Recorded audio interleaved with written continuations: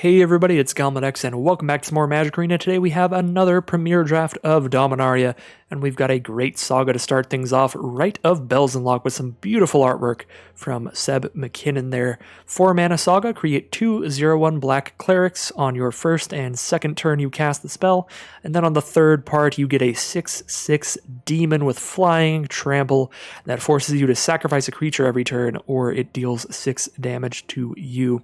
So even if you can't sacrifice another creature, that demon still survives on the board. It doesn't tap itself or anything, it just does some damage to you while it hangs around, and of course a 6/6 flying trample is very, very good. The only problem with this card is there are some good bounce effects in the format, like Academy Journey Mage, so if you're playing against a blue deck and you've got a Rite of Belzenlock, you do have to worry about that. That can often be a bad time, but other than that, Rite of Belzenlock is a pretty good bomb, and I'm happy to scoop it up first pick here. So out of pack 2, we do have a Thallid Omnivore, one of the best aggressive black creatures.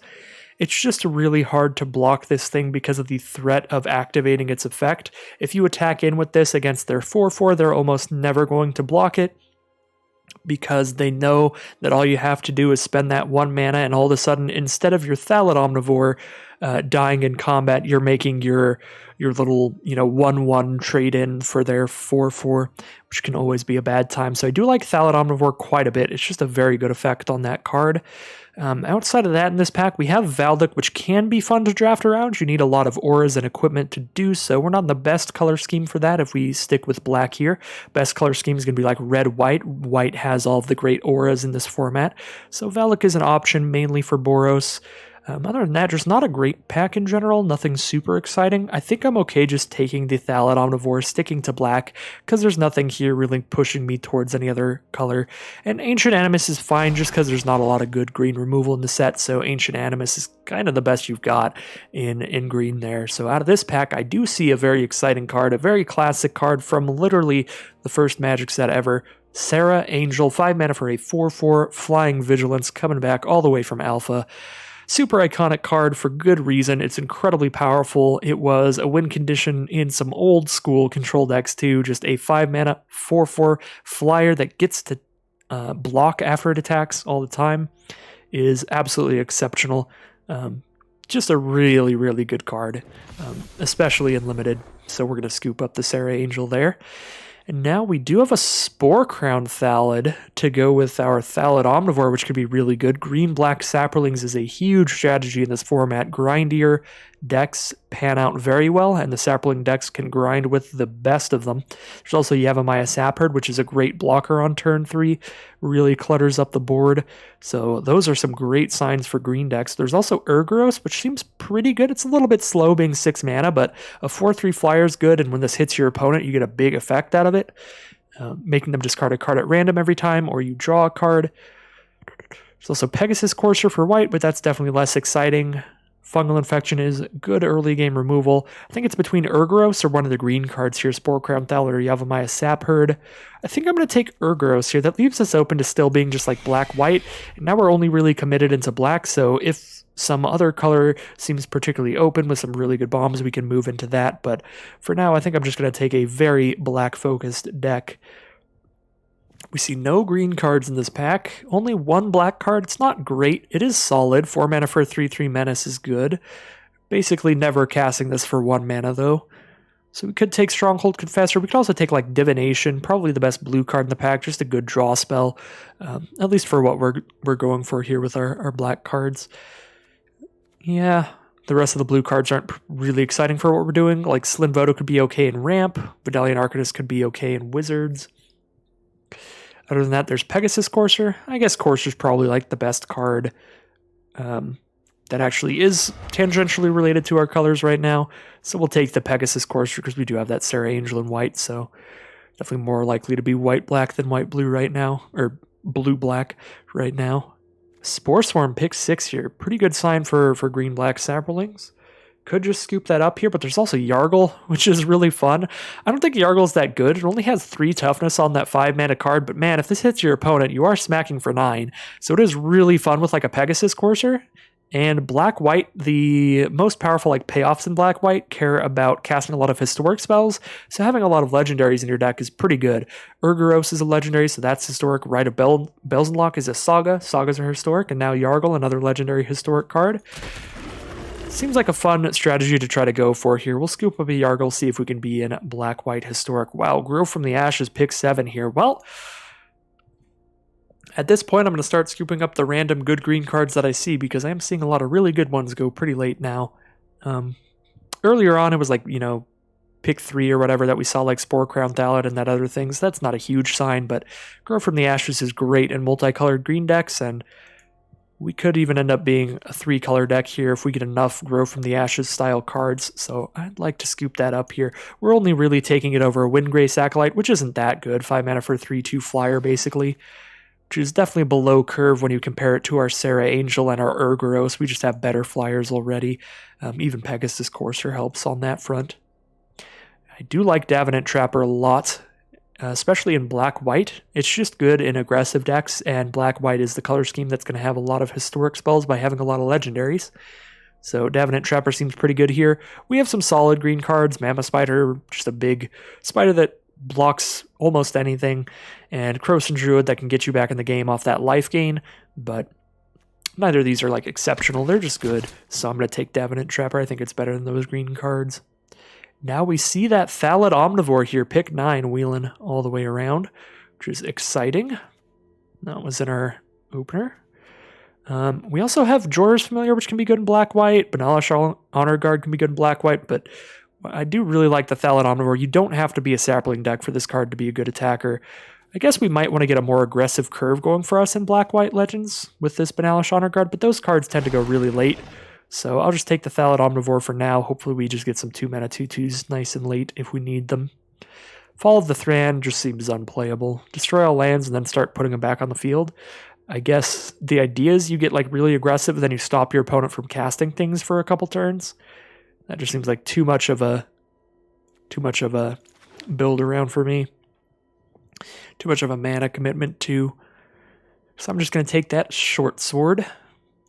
Can be good in aggressive decks. We don't look that aggressive right now, but our colors can be pretty powerfully aggressive. So we'll take that just in case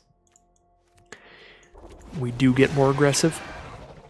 Let's see what we have in pack 2. Banalish Marshal. That is going to be difficult to cast in just black-white here.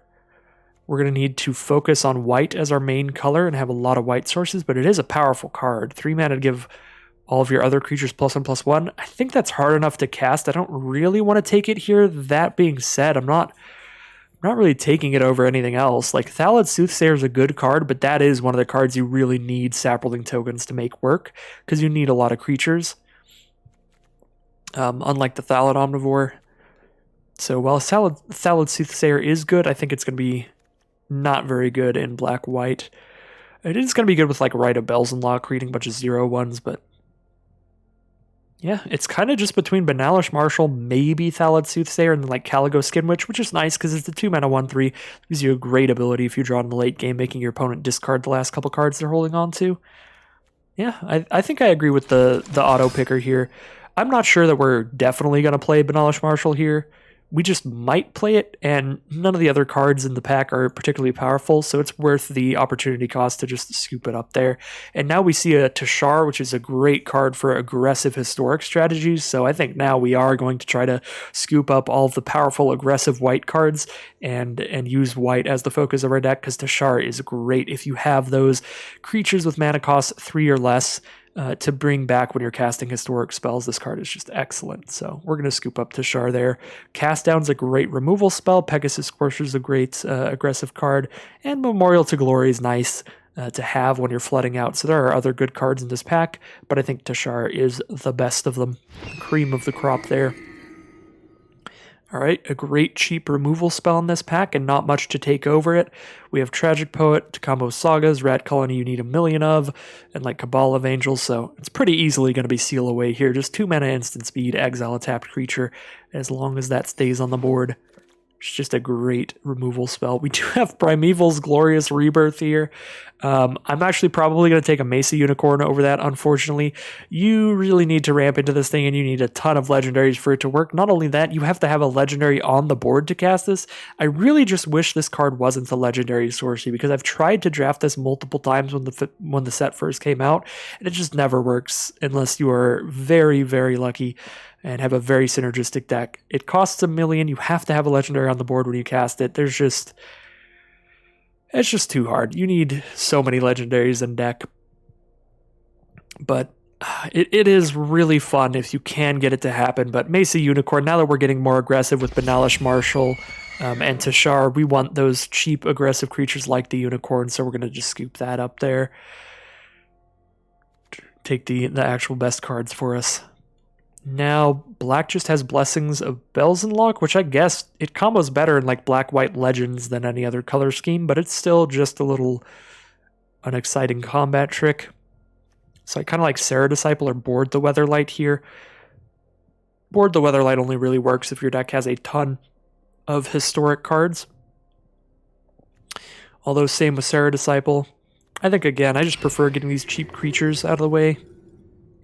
So we have them for the future. Now we have Charge, which is a pretty cheap way to buff the whole field, which can do a lot of work, but we also just have Aven Sentry, which is a good flyer. It is always good to have those flyers get evasive threats, and we've got a lot going for us now. We got Pegasus Courser, Tashar, Sarah Angel. Kind of just like black-white flyers to a certain extent. I do like a Knight of Nubenalia here. Nobody ever takes Antiquities War. I don't think this card's great, because not a lot of the artifacts in the set are exceptional, but some artifacts are really good, and this is fun to draft around. So it is always sad when I see the Antiquities War late, especially when I can't really draft it. Like in the deck that I'm drafting right now. I don't think I can. Ooh, Blood Tallow Candle's nice. We don't have any removal. Actually, we have a Seal Away. We don't have a lot of removal, and Blood Tallow Candle is a historic spell. So it helps with that, and if we get any of those elephants, we can bring it back. We do have got a lot of flyers right now. I don't think we need Aven Sentry too badly. I'm actually going to take Blood Tallow Candle there. And there we go. There's one of those elephants I was talking about. A good late game card when you have stuff like the Blood Tallow Candle in your deck, because then you bring it back and you can do it again. Seems fine to me. There's also Adamant Will, though, which might be better because we are getting aggressive, so we could use some combat tricks. Yeah, Excavation Elephant is pretty slow. I don't know. I'm still going to scoop it up. I feel like Adamant Will almost always goes almost last pick.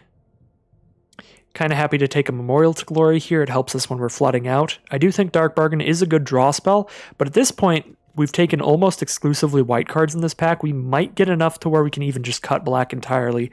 It's unlikely, but it's possible.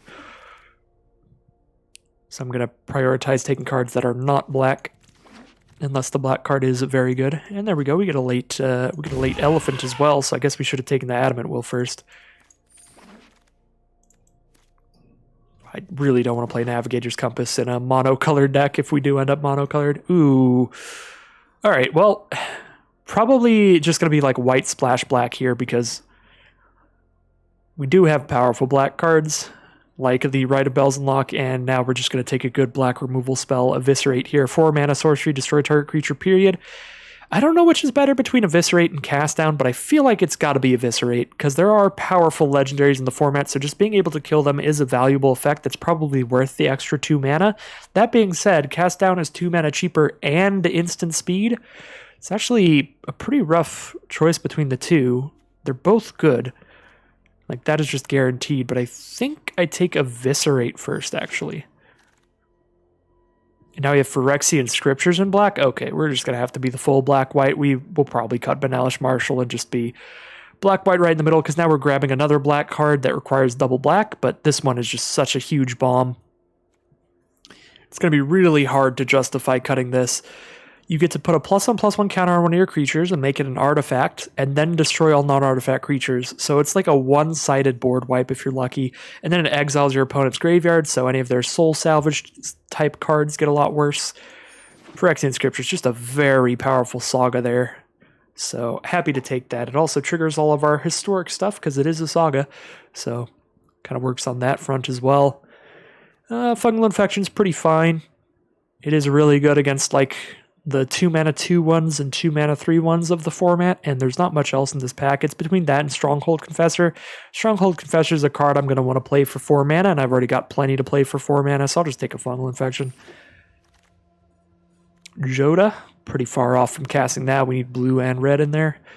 Kind of like Dauntless Bodyguard, we're trying to be pretty aggressive here, and this is a nice aggressive card. If you draw it in the early game, you just play it 1 mana 2/1, start beating in, and if you draw it later in the game, you can use this to protect another one of your creatures, which is definitely pretty nice. I do like that a lot. It's between that and like Final Parting, which can be good when you've got like a specific bomb you're always trying to search up, but I think we've got multiple bombs. We're kind of just hoping to draw them whenever, and we're pretty fine with it, so I'm just going to take Dauntless Bodyguard over the Final Parting here.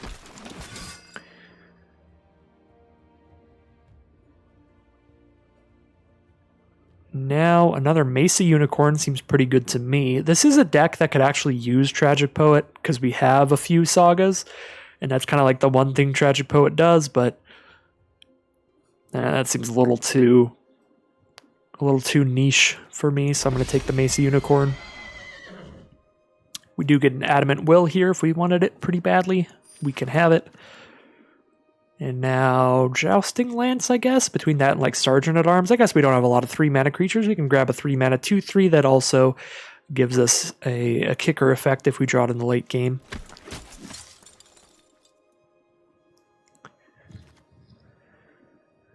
I do like Sanctum Spirit because we've got a lot of historic stuff. So just being able to trade a historic card in hand for whatever's blocking or blocked by it is nice. Kind of like that better than like another Sergeant at Arms here. Another Memorial to Glory seems great. More to protect us from flooding out. Probably not playing Zhalfir and Void. We've got some double white cards and double black cards, so we need all the colored mana we can get. But we'll play a couple Memorial to Glories instead of a couple Plains. Probably not playing an Evangel, but maybe we just need another 2 mana 2/2 here.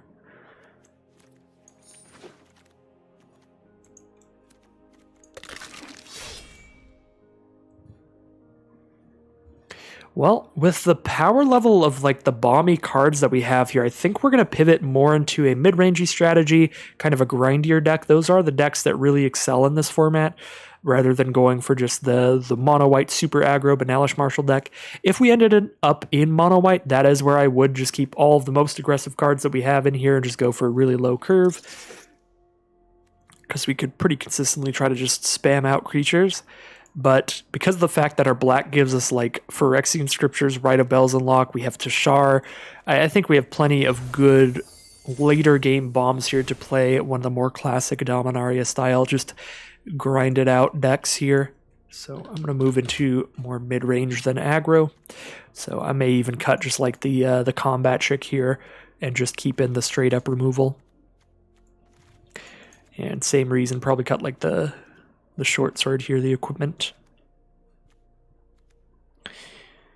Okay, so what else are we cutting here? Probably some of the 2-drops like those two. 1, 2, 3, 4, 5 cuts. We need to cut 7.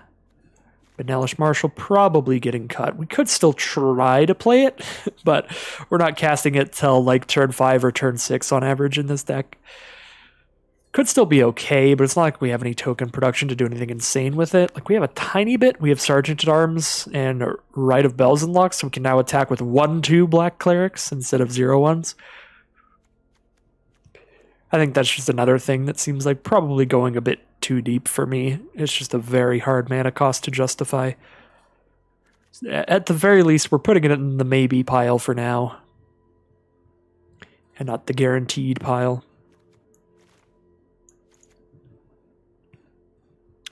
Okay, this is a 47 card deck, and we have 8 cards in the maybe board. I think the easiest way to do this would just be to pick one of them that we like the most and throw that back in. Our curve isn't great here. We could use another 2-drop, so just grabbing one of those back in seems fine. Yeah, especially because we have Tashar, so we want a lot of 3 mana and less creatures, but we kind of have a lot of those. We have 7 of them to work with Tashar. I guess Banalish Marshal could come back from the grave with Tashar's effect. So that is, that's a thing. That's a justification for for Benalish Marshall there. Not a great one, but it is an argument to a certain extent. I don't know if Yargle should be in here, but I'm going to keep Yargle in here. Like, Pegasus Courser Yargle just sounds hilarious to me. Just this giant frog spirit. Get on the Pegasus, my friend. Almost certain we can cut board the Weatherlight. We've got 2 Sagas, an Artifact, and 2 Legendaries. Yeah, we have 5 historic cards. 6, actually, because we have Urgoros as well. Yeah, get out of here, board the Weatherlight. Get out of here, Adamant Will. Drudge Skeleton, you're slow. How many flyers do we have? We have Urgoros, Sarah Angel, Tashar, Aven Sentry, Pegasus Courser. That's like 5 flyers. Sarah Disciple would be okay, but again, not a million historic cards. We have 2, 3, 4, 5, 6. Wait, 1, 2, 3, 4, 5, 6. Yeah, 6 of them. Yeah, we'll cut Sarah Disciple. 3 more cuts. Short Sword does seem actually kind of okay to me. I don't know why. But my brain is like telling me Short Sword's actually probably fine. For that reason, I'll cut it because my brain hasn't been working well lately. I will disagree with my brain powers. Fungal Infection is going to be really good in some matchups and just mediocre in others. So I'll cut that. All right, we cut it down to the Benalish Marshall and the Cabal of Angel. So the decision now is: do we have the boldness within us to keep the Benalish Marshall in here? Are we really just going for it? Are we going to be lucky with a mana base, fingers crossed every game, or are we just going to be consistent with the 2 mana 2/2? We're going for it. Get in here, Benalish Marshall. On the 9-7 split, so we have 9 planes in here. So on average, we'll have drawn 3 planes. What is that? Like 1 out of every 4 cards is planes. So we'll have drawn 3 planes when we have 12 cards drawn. 12 cards drawn is around turn 5 because we draw 7 initially and then 1 every turn. So that's about where I said. Benalish Marshall's mostly going to be coming out turn 5, turn 6 in this deck. So we'll just put it with Urgoros and pretend it's a 6 mana card. Sure. We're going to sacrifice a Memorial to Glory and then draw Benalish Marshall sometime. I just know it. I'm just going to forget I have a triple white card when I've got 2 planes on board and a Memorial, and I'm just going to sacrifice it and top deck Benalish Marshall. Oh dear. I know that is a reality that will happen. Well, here we are with our black-white historic mid-range deck. Looks pretty good to me. We've got a few good bombs. We've got a lot of late game stuff going for us in general. Some good evasion. Seems like a good place to be. See how well this deck rolls in the draft.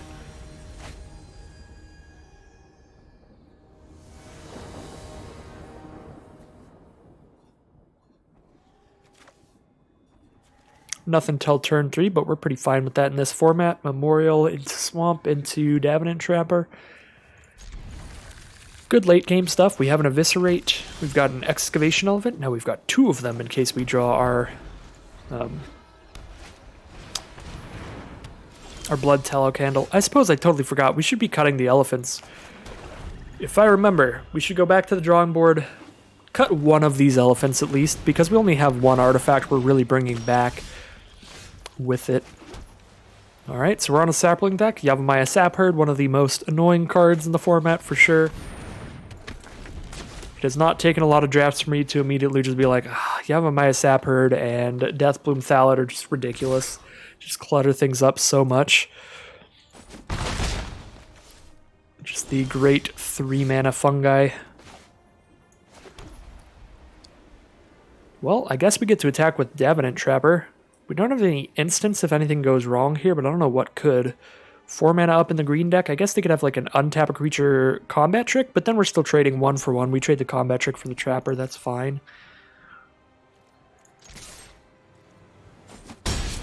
So we do get in for 3 there. I think we play like Aven Sentry here. I suppose if we play Thallid Omnivore, we can block their 2/2 and 1/1. So they can't attack in on us anymore. I do like being able to crack back even if they have a million saplings on the board, so I kind of like getting the evasive creature out here. I'm going to go ahead and do that. We have like some 3/5s in our hand if we hit one more mana, so I think we'll have a pretty good field for blocking on the ground. Let's just start making sure we get damage in. And this is pretty clearly symbolizing to me that they don't have a combat trick unless they want to use it on blocks badly here. Sapling block on Trapper. But I feel like if they had a combat trick, they'd just attack both there and try to trade with Aven Sentry that way. This could mean like an Arbor Armament to put a +1/+1 counter on one and give reach so they can trade now. But I don't know, we'll see here. I think we just send in the attacks and decide what to do after that.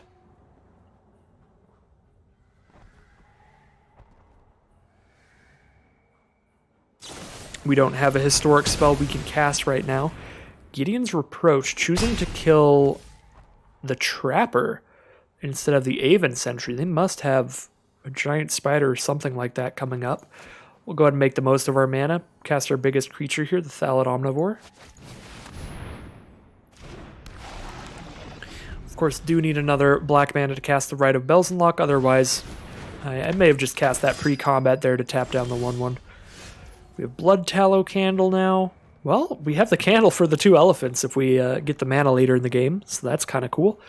But otherwise, we are still hitting for 3 a turn, and we can keep this ground cluttered up by just playing some more random creatures.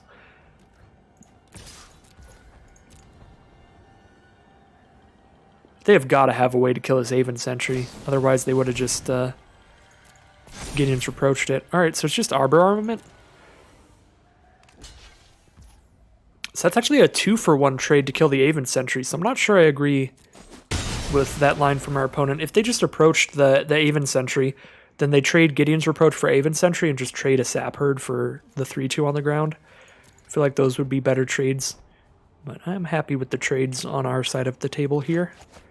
We'll play our Knight and our Blood Tallow Candle. Of course, we don't know what's in their hand. They could have like Soul Salvage and stuff. They want to get creatures engraved and stuff like that. Want to cast a bunch of stuff here.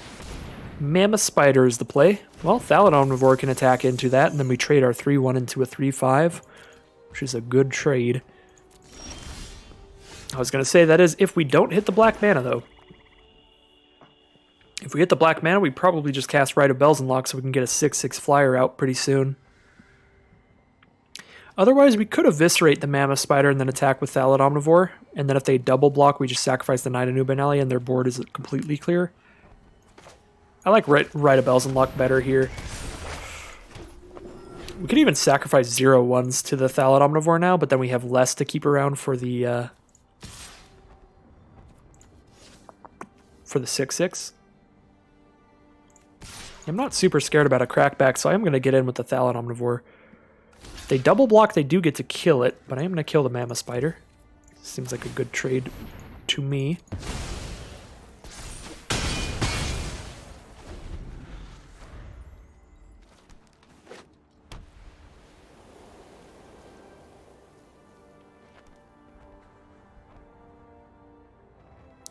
We're going to be going off with this Blood Tallow Candle if we hit 1 more mana. But we also want them to play good creatures. I don't really want a Blood Tallow Candle, a 2/2, and then bring back my candle. That seems not incredible. So just setting in a Sapperling. We could trade with our 3/1 or just take it. We'll just take it. Dauntless Bodyguard is the play. Kind of want to use that on our 6/6 Demon. So for now, are we just not doing anything? I guess we could just play a 3/5. I am 2 mana away from kicking these, so it's going to be a little while. I'll play one of them and I'll hold on to the other, I think. We get that 6/6 flyer next turn. If they don't immediately have removal for it, then hopefully that is our win condition this game. Just hit him with that 3 times. There it is. We're going to try to bodyguard it if we can. Alright, we've bodyguarded it, but they are on white, and they're on green-white there, so they could have exile-based removal. That can get rid of it.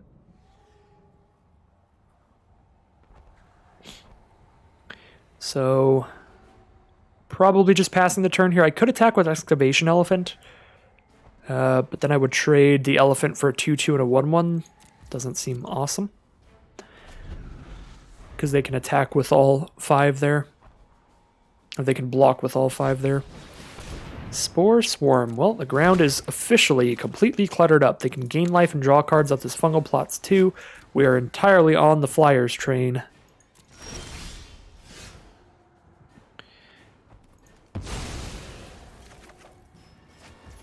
There's the 6 mana, so we can crack this Blood Tallow Candle, which is excellent. I think we're just passing the turn here again. There's nothing I want to eviscerate. If they play something I want to kill, I can just kill it with the Blood Tallow Candle, and I don't really want to play the Elephant because it's not going to change anything on the board. We already have good blocks for their creatures on board. We're not going to be attacking in with an Elephant, and just saving it to bring back the candle seems fine. Maybe there's an argument for just kicking the Sergeant-at-Arms there, just making our board really big, but I think that also doesn't change much. I guess we could start attacking with a 2/3 and a couple 1/1s if we did that. Grun is the play. Not kicked, so Blood Tallow Candle probably kills it. We'll go for that in the end step here. Alright, does kill the Grun, which is nice.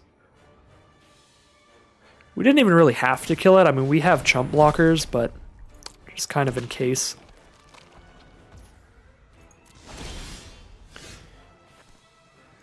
Alright, 2 more attacks from this demon, and we will get there. And we do draw into the mana for the Excavation Elephant.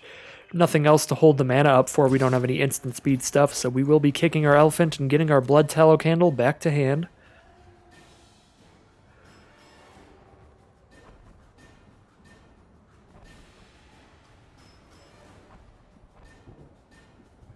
This is definitely a format where Flyers work quite well just because of, like, imagine we don't have Flyers in this deck and we're playing against this Sapperling monstrosity here. We would get walled off pretty easily.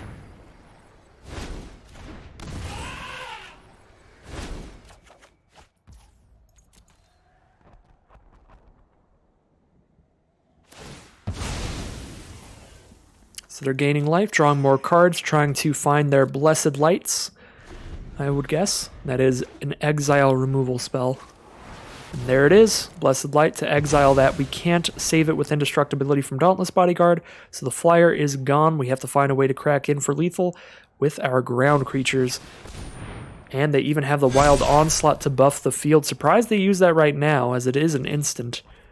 So they could have surprised me with that, and I might have made some bad attacks if I didn't know that they'd all have +1/+1. So now I think we're attacking with, like, I guess we play Blood Tallow Candle first, so we have instant speed removal.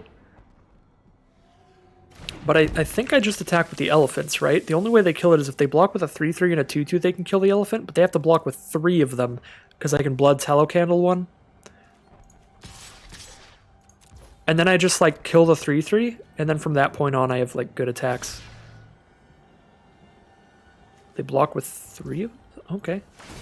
So I can keep my Elephant and just kill one of those. So I will do that.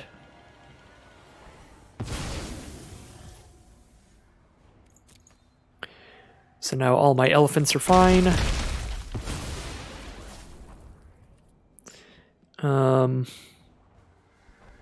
Just pass turn. Might have been good to attack with all there. We wouldn't have killed them, but then they can't make, like, their double, triple blocks on the Elephants. They have to spread everything around. But then we are, like, trading our 2/1s for 2/2s and our 3/1 for a 3/3. Or 3/1 for a 2/2 even. Yeah, no, I don't think attacking all would have been great there, because their 3/3 eats our 2/1 and the 2/2 and 3/1 trade. Alright, well, we have Eviscerate here to kill a blocker, but I don't think we really need to. We could just attack all here. Do they have anything to fungal plots? There are 3 creatures to fungal plots. Oh wait, no, fungal plots only hits their graveyard. Okay, so fungal plots does nothing, so we just attack all, right? I thought fungal plots was either graveyard. That's nowhere near as good as I thought it was. Still definitely a good card in the Saproling decks, but... So Ancient Animus, they can kill Dauntless Bodyguard, make 2 blocks, but then they still take 3 for exact lethal. And there is the concession from our opponent for that reason.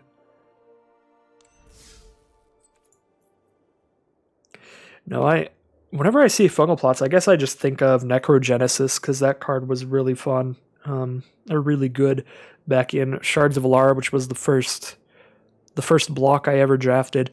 That was a green and black for an enchantment that you could spend, I think, 2 mana, exile a creature from any graveyard, and just get a 1/1 Saproling. But yeah, I like that card a lot. I've used it in a lot of my commander decks, because it's kind of nostalgic for me, because I drafted it in like my first ever draft. All right. Well, this hand seems pretty good. We only need to hit 1 land to get a Rite of Bells and Lock going. We've got a Macy Unicorn on turn 2 as well, so we even have a decent 2-drop. And some interaction with a Seal Away. Our opponent's on blue and black, starting with a Vidalian Arcanist. We've drawn another Macy Unicorn, so we can just drop another one out next turn if we don't have to seal something. Alright, I'll play this land and go for the attack and see what happens. I am assuming just a block, but even then we get to gain a couple life, so it's worth sending in just to get that life. Alright. We've got the 4 mana. They've got 4 mana as well. They play a Cabal Paladin that trades for a Macy Unicorn, trades down because it only has 2 toughness.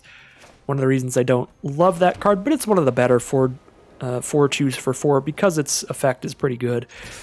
Draining 2 life from somebody whenever you cast a Historic spell. Or I guess just making them lose the life, you don't drain it. Rite of Bells and Lock has arrived on turn 4. So we've got things started with that lovely Seb McKinnon Rite. We are taking 4, but we've got 2 lifelinkers that hit for 2 each, so we're gaining 4 every turn also. Suppose not if they play a Howling Golem. A 2/3 is going to block 2 2s, so they're not really getting in anymore. I guess we're playing a Thallid Omnivore here, which is pretty great on this board.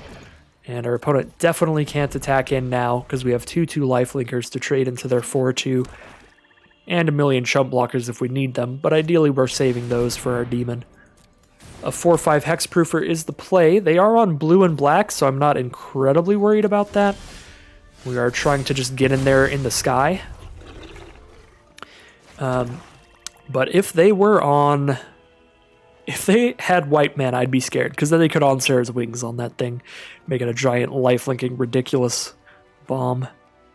I think I'm going to just send in with Thallid Omnivore, because they know I can just sacrifice as much stuff as I want to just eat everything on their field.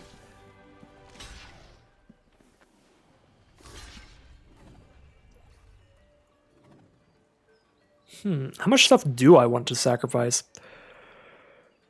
That's the real question here.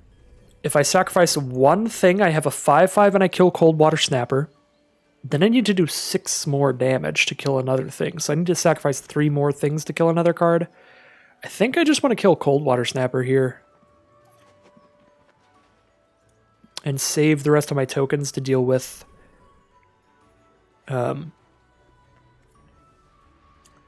my 6/6. We'll draw a card first. We hit a Blood Tallow Candle. Okay, so we get to cast Pegasus Courser, Blood Tallow Candle, and hold up Seal Away here. So yeah, this is fine.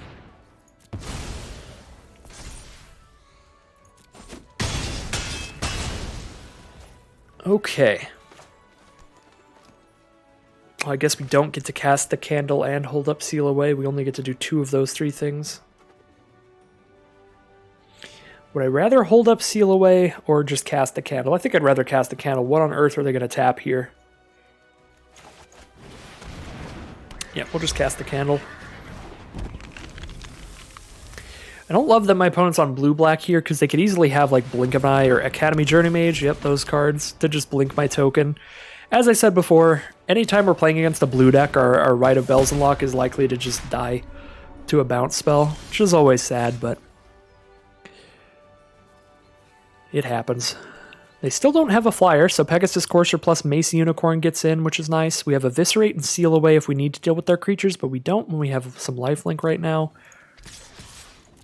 don't have to remove something right now, so we can just attack here and cast our Urgoros while they're tapped out so they can't counterspell it. They can definitely eviscerate it because they are in black, but we're hoping that they don't have that. Jorah's Familiar, so they do have a flyer. They're going to throw a Shield of the Realm onto Cabal Paladin. If it would be dealt damage, prevent 2 of that damage. So we can't kill Cabal Paladin, so just take 4. Well, they attacked with Academy Journey Mage as well. I could trade that with the Unicorn. Probably should have done that. I just was not paying enough attention. So we can eviscerate the Jorah's Familiar to get that flyer out of the way so Urgoros hits them, and we get to get in with Pegasus Courser. Then we can seal away one of their attackers next turn, so we're still really safe. Yep, the best play definitely would have been to trade a Mace Unicorn with their Academy Journey Mage, but we're still really fine here. They're just dead next turn, right? Not quite. But we're pretty safe here.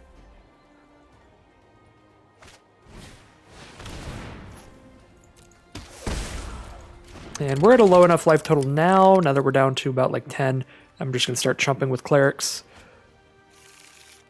We hit for 7 in the sky. They have no more flying creatures. We're just going to seal away the Cabal Paladin. So that we don't have to take any more damage from the historic part of that. Draw Memorial to Glory.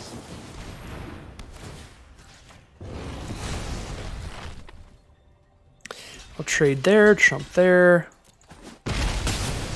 Start playing it really safe, stopping all the damage.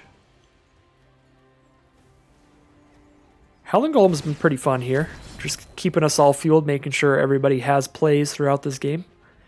This game might have gone pretty differently without a Howling Golem.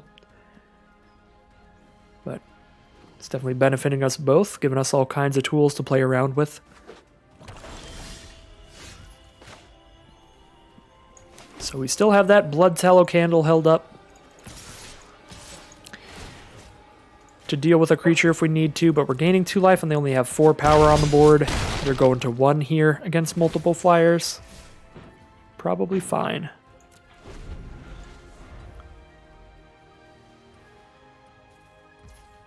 These Mesa Unicorns were clutch this game. We gained so much life off of them. We might have been dead without lifelink at this point. Although we could have played more defensively and blocked with these Clerics more often if we didn't have lifelink, so I don't think we would have lost if Mesa Unicorns didn't have lifelink, but it was still pretty huge. This is the point where it might have been best to just Blood Tallow Candle the Howling Golem pre-combat, but then if they had like drawn Cloud Reader Sphinx as their draw for turn, we couldn't kill it.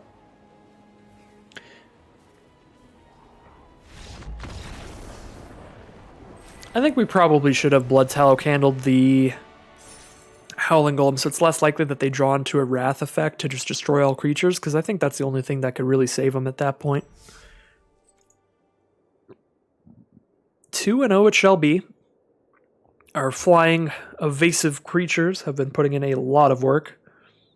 Highly recommend them in this format. Flyers are great here.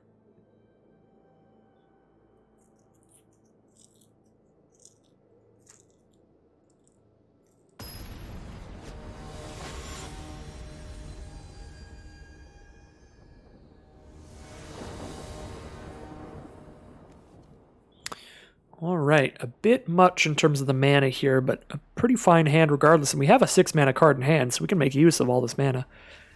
This is a pretty great opener. A lot of lifelink going on too. Mesa Unicorn and Sanctum Spirit. Playing against another green deck. No plays yet. Slam in for 2. Get our knight out.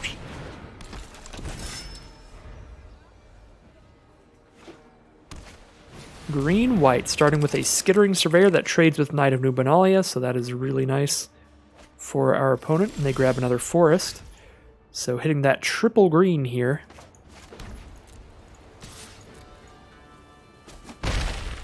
Could mean that they have the 5/4 for triple green, the Steel Leaf Champion. But it could also just mean they have a lot more green cards than white cards in deck, and they want to be able to double spell. They do have Steel Leaf Champion. 5/4 that can't be blocked by creatures with power 2 or less. So we can't block it, we can't attack into it. I think I'm just going to go ahead and eviscerate that.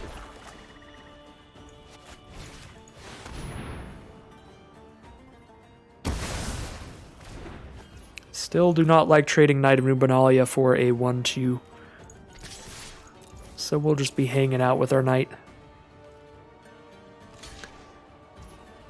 Pump spell here? Is there a 1 mana pump spell? There is. Charge, give the whole field +1/+1. That'll do it. Trade our Mace Unicorn for a charge.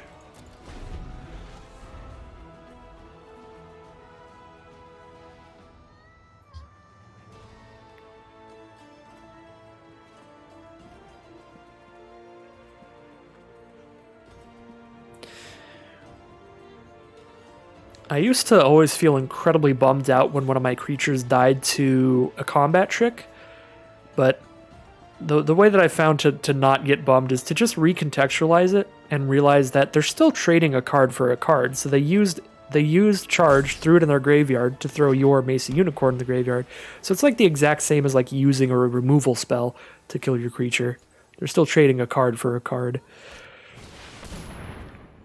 So it's not like they like surprise gotcha super bad.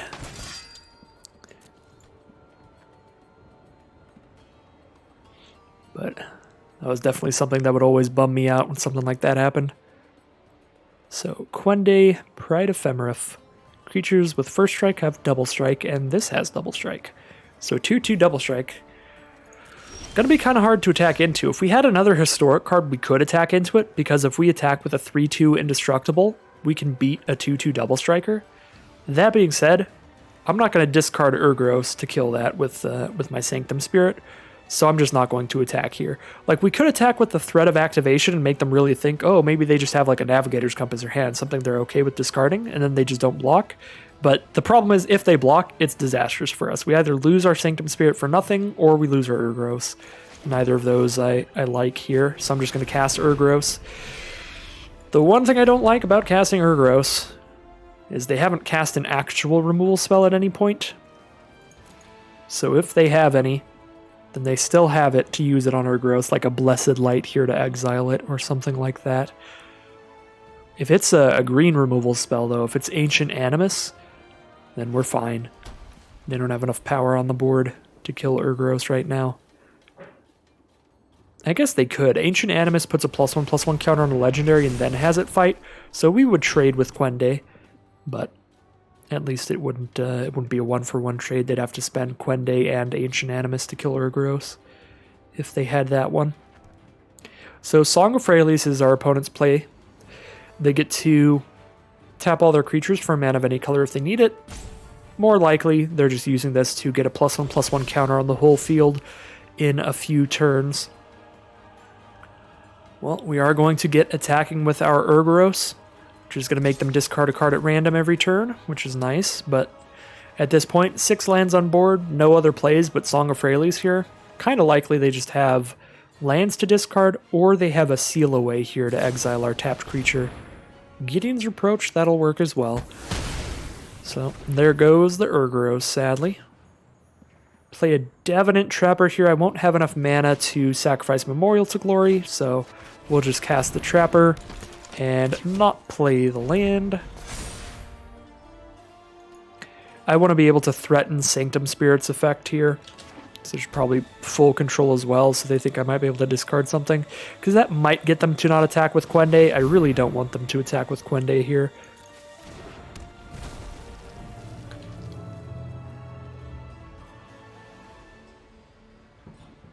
I'll just hold this till they choose attacks, and then I'll get rid of it.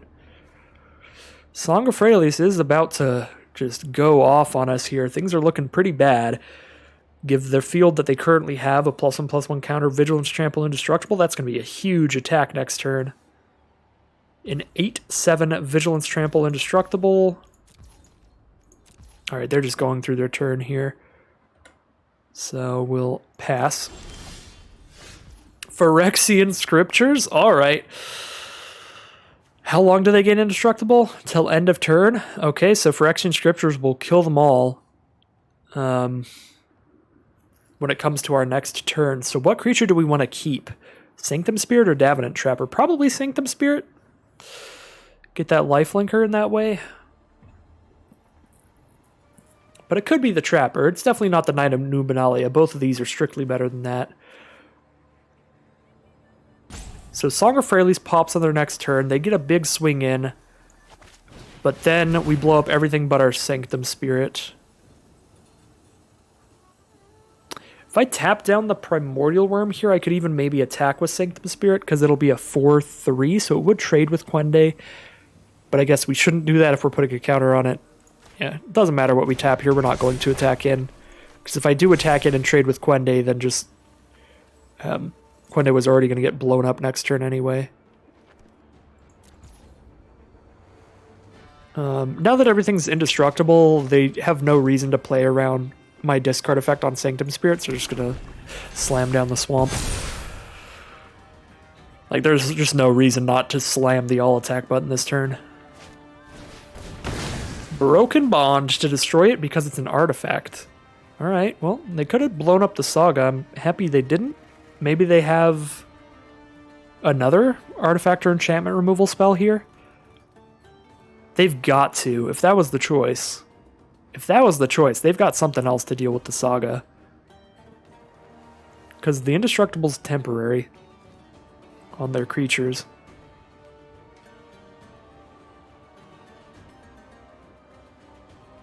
So this is going to clear the board entirely then.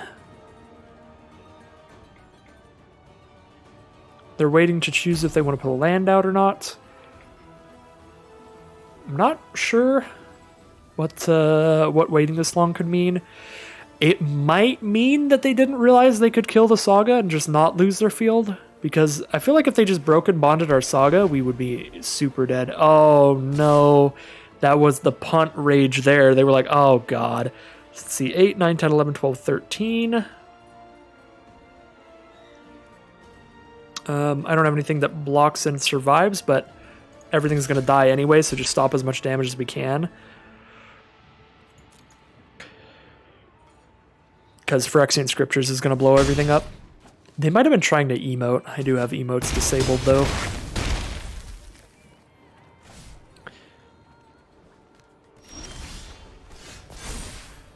Well, we would have been exceptionally dead if it weren't for this Phyrexian Scriptures. Totally forgot. Skittering Surveyor is an artifact, so that's not going to die. But, yeah, now we've got a chance. We're in a top deck where Memorial to Glory, I think, is a better land to have than... Or, I'm sorry, Memorial to Unity is a better land to have than Memorial to Glory here. Because they can grab their best creature out of their top 5, so they're likely to get something moderately big. Sarah Disciple. Alright, well, that's pretty small, so that means we still have some time to draw into something here. I'm not going to use my Memorial to Glory right now, because getting a couple 1/1s, they're not going to be big enough to block Skittering Surveyor and kill it. They're not going to be big enough to attack in well. I'm just going to save this so I have my triple white for my triple white card if I draw into it. We draw into Yargle. Well, Yargle's big enough to block Skittering Surveyor, so we do stop taking the damage on the ground, I suppose.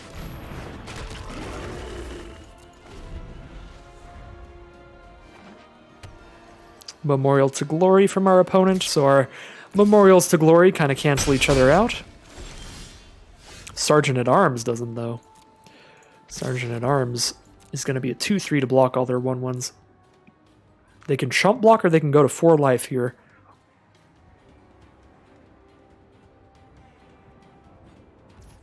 Ooh, I was expecting the chump block. Alright, down to 4 it is. I suppose if they don't make that chump block, they can chump block with 1/1s later instead, and that's multiple chump blocks.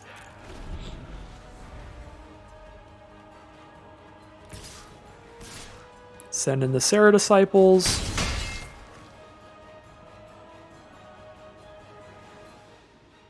They could also trade, actually, the 2/3 and a 1/1. They can trade up into Yargle. So that it would be another reason to not chump block with Skittering Surveyor that turn. Yeah, that's a pretty smart play from our opponent then. Save the Skittering Surveyor for the trade up. One card in hand. Choosing whether or not to cast it here. It might be expensive enough that if they cast it, they wouldn't have the mana for the Memorial. Okay, so if we attack with all, and they have 2 1/1s, they're going to trade a Skittering Surveyor and a 1/1 into Yargle, but then the other 1/1 trades with a 1/1, they take 3 and go to like 1 life. With a Memorial to Glory on board, I'm fairly certain that the correct attack is to attack with all, even though Yargle will trade down into a Skittering Surveyor and a 1/1. We're getting them very close to lethal here. Depending on how they make blocks here. If they do block Yargle with a 2/3 and a 1/1, and then block a 1/1 with the other 1/1, they'll be down to 1. So all we need to do is make sure that we have more creatures than they do. Just 1 more creature than they do, and we'll have lethal next turn, and Memorial to Glory helps with that a lot. They will pretty likely just not attack with the Serra Disciples next turn, so that they can hold them up as blockers. Interesting, so they don't kill the Yargle. They're going to kill a 1/1 without losing a creature, and take 3 here.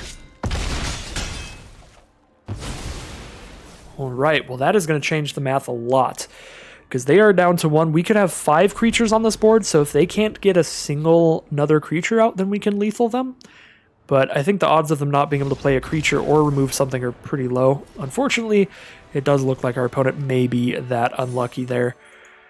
Wow, that game has got to feel pretty terrible for our opponent. We got the massive Saga to turn things around there by wrathing the board. And then they even had the out to the Saga. I've definitely made punts like that before, and it does not feel great. Especially when it's recorded in video format.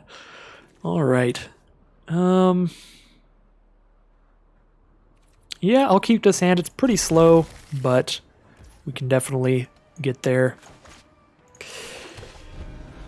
But yeah, man, when I make a punt like that in a video, it's just devastating. I'm pretty sure I've done that recently, because I am not the smartest man ever. So Banalish Honor Guard will start things for our opponent. They definitely have a much more aggressive start than us. We're not really going to cast anything until turn 4 here. We are technically casting a Blood Tallow Candle, but it doesn't do anything until turn 6. So Honor Guard's coming out. Double Plains into Honor Guard. Do they have anything else here in main phase 2? It is still holding for them, so if nothing else, they've got a land here. Sergeant at Arms get a 2/3 onto this board. I think I like playing Rite of Belzenlock here. I guess it depends how scared I am of their aggression. Would I rather get my 6/6 out as quickly as possible, or actually play something that blocks well here? I'm going to play something that blocks well here. Let's just set up good blocks for their early aggression, because I think we're pretty likely to have the late game unlock with Rite of Belzenlock and Serra Angel, so it's okay if we play this one pretty slowly here.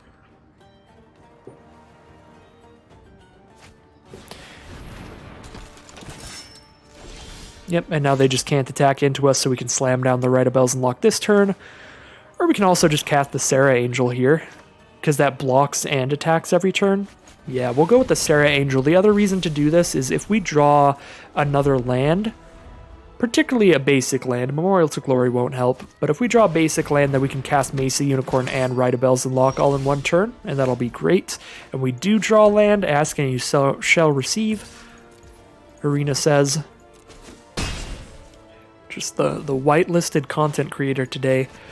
So Mesa Unicorn and Rite of Belzenlock it is. And this game is just looking like we may be running away with it here. They are still stuck on 3 mana. There's the 4th land. They do have an Icy Manipulator, but they don't have the mana to start tapping things right now. And our Rite of Belzenlock is 1 turn from going off. We have the mana to Blood Tallow Candle something. Things are going just swimmingly here. We even get to attack in with Thallid Omnivore because of that activation effect with this many 0/1s out. And the Memorial to Glory to sacrifice for more chump fodder. we can really get there. And I think I just missed lethal. 1, 2, 3, 4, 5. I did. Right after saying how embarrassing it is to punt on camera, I punted pretty hard there. That being said, it's not super likely to cost us the game. Our board state is just absolutely absurd. But if it does cost us this game, I am running home with my tail between my legs. I'm going to be so embarrassed here. Yeah, we could have just sacked the 5 creatures that weren't attacking to kill them there.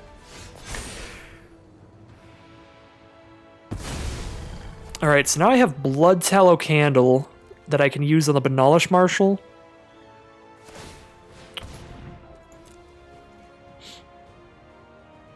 Do I just attack with Thallid Omnivore, saving everything to sacrifice again? I think I do. Attack with this, depending on how they block, we can sacrifice a bunch of stuff. They block with a 3/3.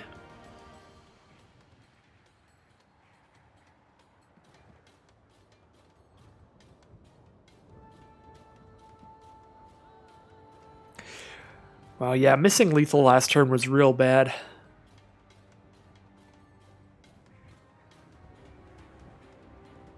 If they just block with, I was going to say, if they block with only one of them, then I'm just going to Blood Tallow Candle the Marshal. Oh, wow, they block with 1, 2, 3, 4, 5, 6, 7, 8, 9, 10, 11, 12, 13 toughness.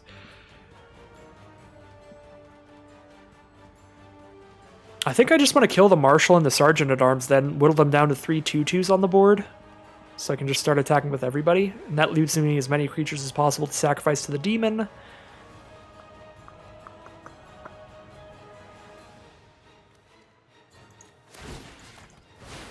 Suppose we could also just order it to kill an Honor Guard there and then play 2 more attackers. That's an option too. That might be better. I say that a lot. I'm not sure which option is the best there.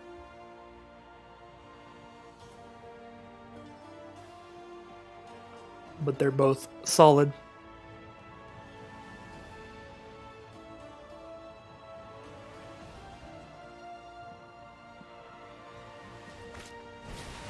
Mesa Unicorn, so they have a life-linking blocker on the ground. And Sapperling Migration, so they have a million blockers on the ground. So we're not really getting in there.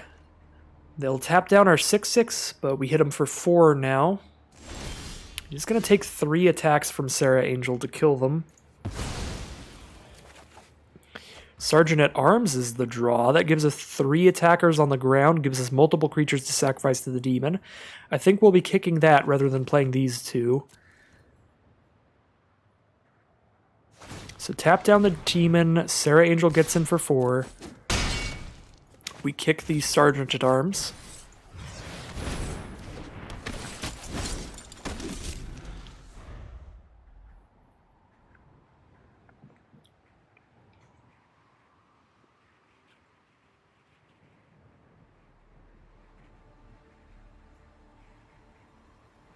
Unfortunately, because Mesa Unicorn has lifelink, the math is not very simple here. Usually I could just be like, well, Sarah Angel gets in, so all I have to do is get in with 1/1/1 and they're dead. Not sure when they have Mesa Unicorn out. I need to get in with multiple 1/1s. There's Banalish Marshal, though. Alright, well, with Banalish Marshal, I think the math is pretty simple. We slam the all attack button. That is the math. And there is the concession from our opponent. Pretty devastating game for them. We kind of just drew all of our bombs. I even misplayed pretty hard there. So if I lost there, I earned the loss for sure. But at the same time, I did misplay and forget to get lethal when my opponent just handed me lethal. They could have chump blocked to not potentially die to the Thallid Omnivore's effect. So I think it was a mutually agreed misplay there.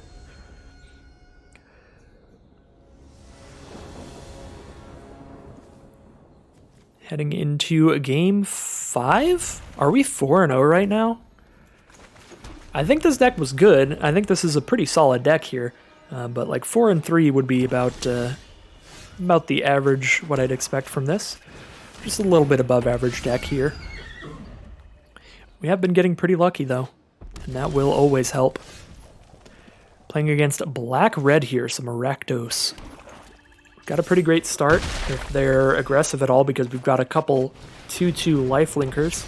Even a 3-2 lifelinker if I really want to play that, but I'm probably going to play the flyer instead.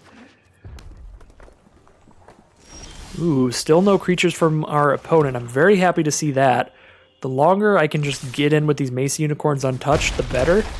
Yeah, still no response. We'll play that Aven Sentry here. We even have the 5th mana towards Urgros, so we're only 1 land draw away. They do have a Wizard's Lightning. Very smart from our opponent. They held on to it till the end step instead of just slamming it on a Mace Unicorn. So now if they play like a 3-3 or a 4-4, they can block the Mace Unicorns and stabilize. So wouldn't be surprised to see just like a 4-mana 4-4 here, maybe a 4-mana 4-3. There are some giants and stuff like that. Phyrexian Scripture is going to go for the board wipe here just to kill the couple Mace Unicorns. That'll be some good value. Just the 2-for-1. Trade their 1 Phyrexian Scriptures for my 2 Mace Unicorns.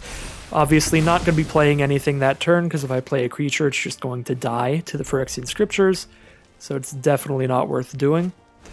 My opponent goes with a Skizzik here, 5-3 Trample Haste. Well, happy to have had some Mason Unicorns so that I am at 30 life there, so I can take some swings from Skizzik. So I could sandbag this Urgros and just hold on to it in case they have more removal. They've used a Wizard's Lightning and a Wrath effect. If they have more removal to kill Urgros, that'll be sad, but if they have more removal, will they kill a Sanctum Spirit? I don't know. Or a Thallid Omnivore. Either of these will trade for Skizzik. So we can get Skizzik off the board and or maybe draw a removal spell out, which seems fine. They're black-red, which are high removal colors. That being said, do we just make them have it, or get a good blocker? The fact that they're down to 10 makes me want to just drop an Urgros so bad, because they're down to 10 and then 3 swings from this kills them, which would be really quick if they're out of removal.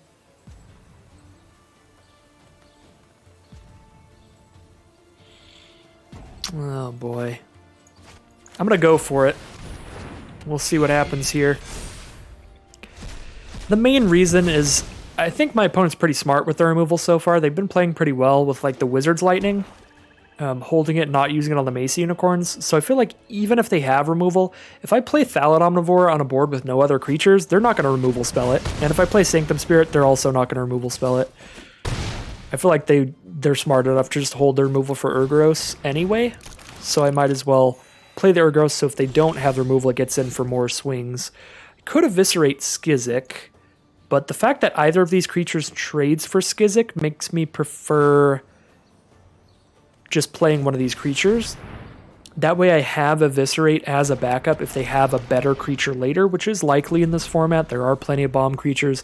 If they have like a Kazarov, a really big flying vampire card that black has, then I can just kill that later. So we take the trade there down to 18. And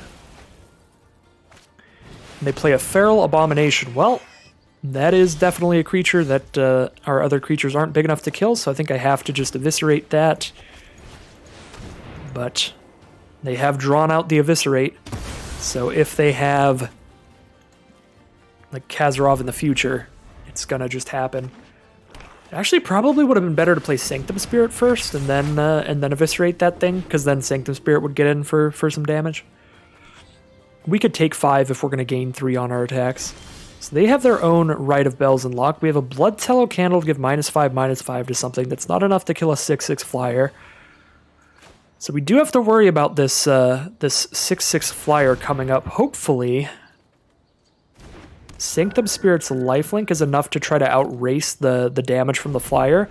Because if we can whittle down all these clerics, if we can start killing these other creatures, if they run out of creatures to sacrifice, then they will have to start losing 6 life a turn to their Flying Demon's effect. So if we just like kill Rampaging Cyclops with Blood Tallow Candle here, then Sanctum Spirit gains life and maybe gets rid of a cleric every turn. We're just trying to get them into a position where the demon has to damage them. So what do we do here? We have 7 mana, so we can play the Blood Tallow Candle and crack it if I just want to kill the Cyclops. But I can also play the Trapper and then play the Candle to tap down the Cyclops so that it can't block this turn, and then just kill it next turn while having 2 creatures to attack at them.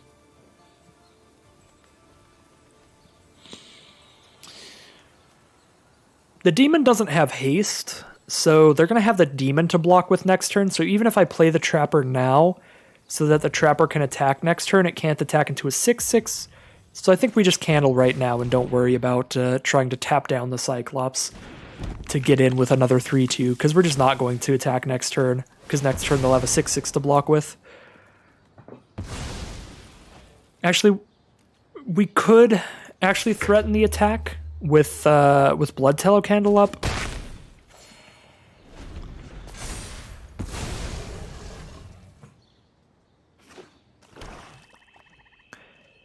Well, I'm still not sure actually then which way works better, because I just realized I said all that, but then if I'm attacking in and I have the Blood Tallow Candle on board, then they can't block with the 6/6, because if they block with a 6/6, I kill it.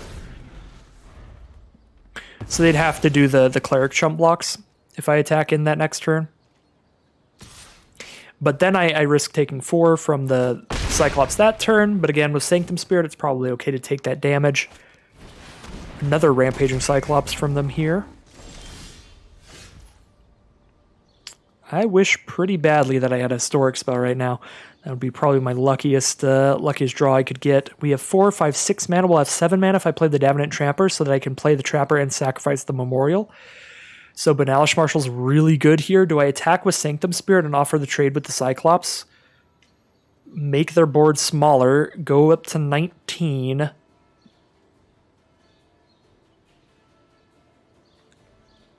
I feel like I sort of have to, because I need to get that Cyclops out of the way so that Banalish Marshal and the tokens and the Trapper can actually attack. They're making the block. Could have gotten like really lucky there. If they played around us having a Historic Spell and just blocked with a 0/1, I would be exceptionally happy with that turn of events. But as it stands, I think this is still pretty good, because now by getting the 4/4 out of the way, we're just going to attack with all this. A 3/3, a 4/3, 2 2/2s. They do have an Orcish Vandal. They can sacrifice the Navigator's Compass to do 2 damage to a target. That'll kill one of my 2/2s that I get out of my Memorial to Glory. But we're just going to attack all here. Do some damage to them or clear out some creatures so they have to take some damage from the flyer. So, is there any reason to not attack with anything here? No, because they'd stop 1 damage. Like if Orcish Vandal attacks in, it just deals 1. Nothing I have has flying, so we attack in with everybody. Orcish Vandal can just do 2 to face with the Navigator's Compass. And it doesn't have to attack in to do that, so yeah, just slam in with everybody.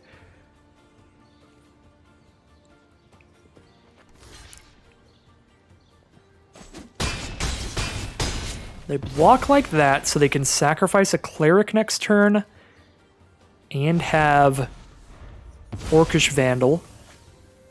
So they hit for 8 here, but they need some blockers being at 3. They have Knight of Malice. Orcish Vandal does shoot a 2/2, so they probably do that instead, but then it takes 3 attacks to kill me with the 6/6 instead of just 2. So we attack all here. The first strike here is really rough. They first strike my Banalish Marshal away, and then I have a 3/2 and 2 1/1s. Knight of Malice is actually devastating here. First strike to kill Banalish Marshal. Davenant Trapper is now a 3/2. So you can then block a 2/2, sacrifice Navigator's Compass, kill the Trapper. You take 1 damage from a single 1/1. My board is entirely gone. They lose Orcish Vandal and Navigator's Compass, but then they still have Knight of Malice and the 6/6. The 6/6 makes them sacrifice the Knight of Malice. So they just have a 6/6 that hits us for 6. We go to 1 life. And then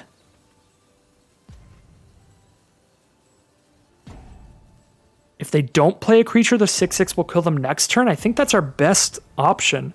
Because if we don't put the pressure on them here, if they don't have to sacrifice this Navigator's Compass, they can use Orcish Vandal to just dome us for 2. And then they hit us for 8 total. So we just all attack and we hope that they have to sack the Navigator's Compass to kill one of our creatures. They don't even have to do that though. Because they can first strike away Banalish Marshal, block the Trapper, and then Navigator's Compass our face. And then we do 2 to them, they go to 1, but then they just kill us with the 6/6.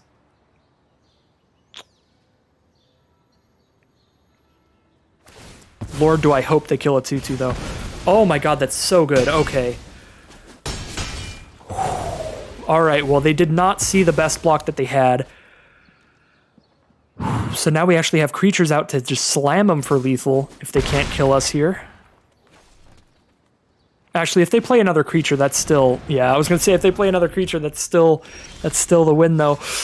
But the historic card off the top for Davenant Trapper to tap down the 1 blocker, attack in for 4. Oh my god, that was a close game.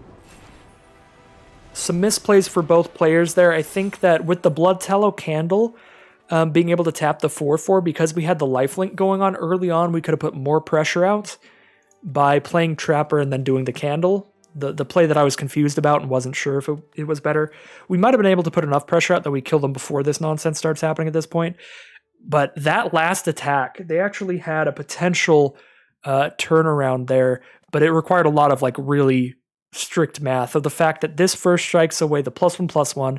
Now that the +1/+1's gone, you kill the 3/2 before damage is dealt, and then the 1/1 trades with the 1/1. They could have cleared my whole board there, and if they did do that, the demon would kill me now at this point. So that was such a close game, and it came down to some really, really close decisions for both players, I think. Absolute bonkers game there that goes to 5-0. With this black-white historic deck. What a draft, even if we 0-3 now. We've had some pretty crazy games.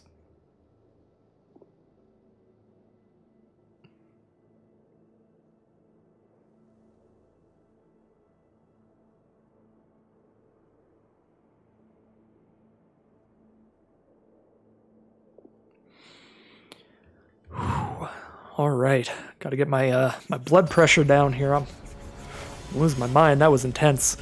Heading into round 6 now, 5-0 thus far. And a great start to the game. Turn 2, Knight of Nubenalia. Turn 3, Sergeant at Arms. Turn 4, Sanctum Spirit. If we hit a land, we've got a Seal Away. Very keepable hand. Our opponent is on blue.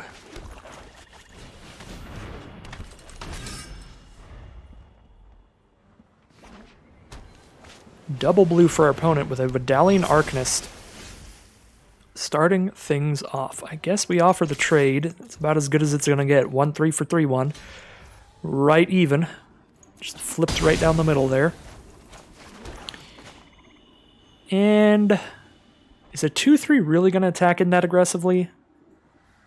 Not exactly, but they're just double blue right now, so they might be stuck on just blue mana in a 2-color deck, so if they have any mana issues in the early game, we can capitalize on that by doing some more damage with Sergeant at Arms, getting in for multiple swings. I think I'll just drop it down here. And if I didn't want to play Sergeant at Arms that turn, I should just play Memorial to Glory and pass. That way I know I have Sanctum Spirit mana turn 4. Divest, choose an artifact or creature and make us discard it. So they make us discard Sanctum Spirit now. So we don't have the 4 mana play either way that we did last turn. Ooh, never mind, we drew into a Thallid Omnivore. So we would have had a 4 mana play if we played our tapped land last turn. Which may be better than just having a 2/3 on board. Probably would be. Probably should have just taken a turn off and gotten the Memorial out. Alright, it's on to our turn. We've got Pegasus Courser, we have Seal Away, we have Thallid Omnivore. I'm feeling like it's a Thallid Omnivore kind of game, but we'll see. Just a 3/3 on an empty board, don't really care about the effect right now. Dark Bargain from our opponent. It is a good draw spell, but it does do 2 damage to them, so I'm a fan of that. Put them down to 14. Hopefully that extra 2 damage helps us out a little bit. They have 5 mana now. So they're on blue-black. Definitely looks like a pretty controlling deck. Divest, a draw spell of Dark Bargain, Deep Freeze as a removal spell here. Now they have a 1/3, and all their creatures with power toughness 1 or less can't be blocked. So a 1/3 unblockable, but it can block my 2/3. So I kind of want to just get a Pegasus Courser out. We could play the Excavation Elephant as well. A 3/5 is big enough to attack into a 1/3. And we've only got 1 artifact basically in the whole deck, just the Blood Tallow Candle, so we don't really need to hold on to this to do that. Yeah, we'll spend all our mana here, get the biggest creature we can out. Pegasus Courser would be good, because then we're attacking with Sergeant at Arms and the Courser for 3 a turn, but we can also just attack with the Elephant for 3 a turn, depending what they play here. Caligo's Skin Witch it is, make us discard the rest of our hand, seal away, and Pegasus Courser goes straight into the trash. At least Excavation Elephant is big enough to attack it on this board, so we will do that. Get in for 3, they're down to 11, drop a Macy Unicorn out. Our opponent's kind of doing the blue-black thing. Blue-black decks tend to try to win with card advantage or card disadvantage in a lot of draft formats, where they have some cards that are like, draw 2 cards off of this 1 card, and some cards that like, all right, your opponent discards 2 cards off this 1 card. So definitely a lot of that going on this game, and Coldwater Snapper, unfortunately, is going to make it so Tetsuko Umezawa is very likely to be the win condition now, because while I can block Coldwater Snapper all day long, now they just dome me for 2 damage a turn, completely unblockable. There's not much I can do about that. I can't attack into that Coldwater Snapper, or I'm going to be losing some creatures, and I can't even tap it down with the Davenant Trapper because it has hexproof. So Coldwater Snapper stabilizes things, and it gives Tetsuko Umezawa free reign to start putting the pressure on my life total. I am at 19 right now, so it's going to be quite a while before I die. I could still try to draw into one of my bombs and maybe get out of this position, but for now, things are going pretty bad for us. Actually, if our opponent doesn't want to attack in with their 1/3s, it's not the end of the world here. If I'm not taking damage every turn, I can just sit here waiting to draw something and probably be fine. Alright, here they go. No, they don't. Alright, change their mind. We draw into an Excavation Elephant. Yeah, just get this on the board again. Our only card that combos with it is Blood Tallow Candle. Just get more creatures on the board, so we might eventually be able to go wide around the Coldwater Snapper. So our best draws right now would be like Sarah Angel and just any flyers really. Sarah Angel, another Pegasus Courser, the 4-mana 3/2 flyer, Aven Sentry would be good too. That would all be solid. And again, I'm not going to sacrifice my Memorial to Glory until it either puts me at enough creatures to turn things around, or I have triple white off of just plains, because I have my triple white bomb rare that buffs the whole field. The Banalish Marshal. So we're holding out for a hero here. We're waiting for that. Eviscerate to kill Tetsuko Umezawa so we're not under any pressure. That's an option.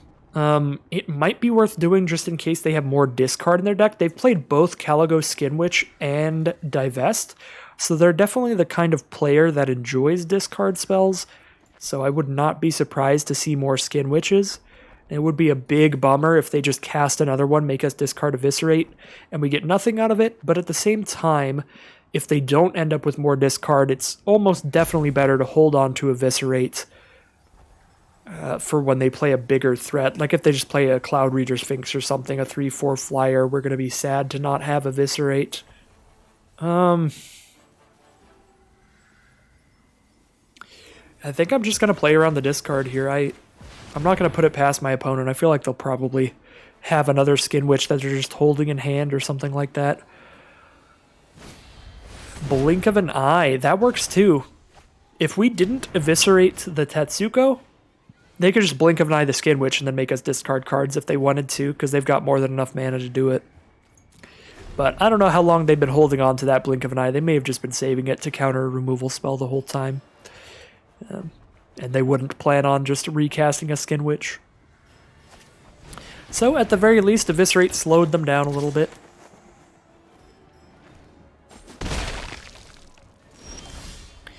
And there's Sarah Angel. That's what we've been hoping for. Hopefully they have used 2 Deep Freezes already. They've used an Eviscerate.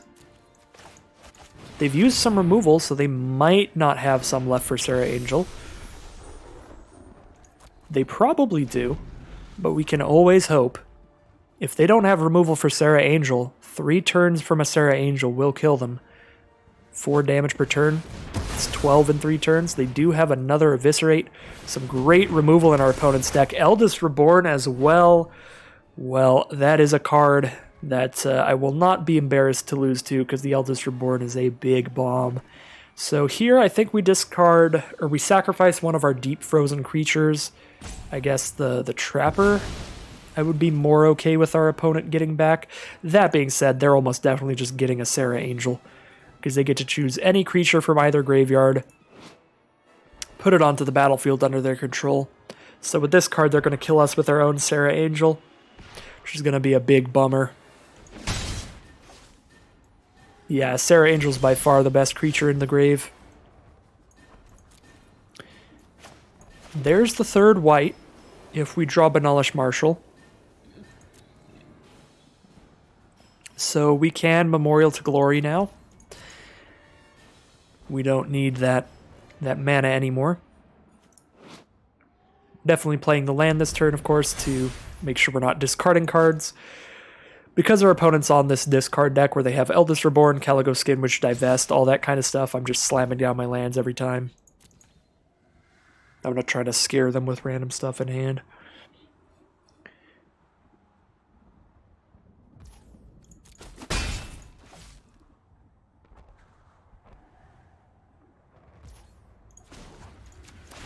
And as fun as it is to like pretend you have something, I have heard a lot that it's almost always better to just drop the lands out, just in case you draw any draw spells and then you have to do multiple things in one turn. But our deck doesn't have any draw spells, so probably doesn't really matter that much. But it is possible in some limited decks that if you just sit there holding onto your lands too long, you could draw something like a Divination, and then you play your land for a turn, you Divination, you draw another land and a spell that you could only cast if you had 1 more mana. There are positions like that you can put yourself in by just holding onto your lands every turn. So I probably do it a lot more than I should. It's kind of just instinctual. So Eldest Reborn going off here, Sarah Angel heading onto my opponent's board. They've got double opt in response, I guess.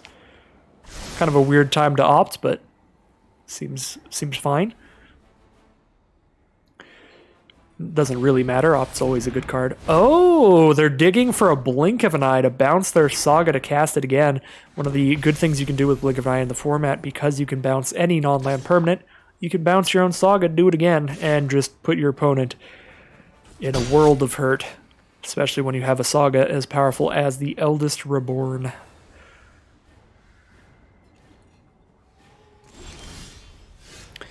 Alright, goes to our turn. We draw a Yargle. Well, we have found a creature that can attempt to attack in on this board. Yargle trades for the Coldwater Snapper, or it trades for the Sarah Angel.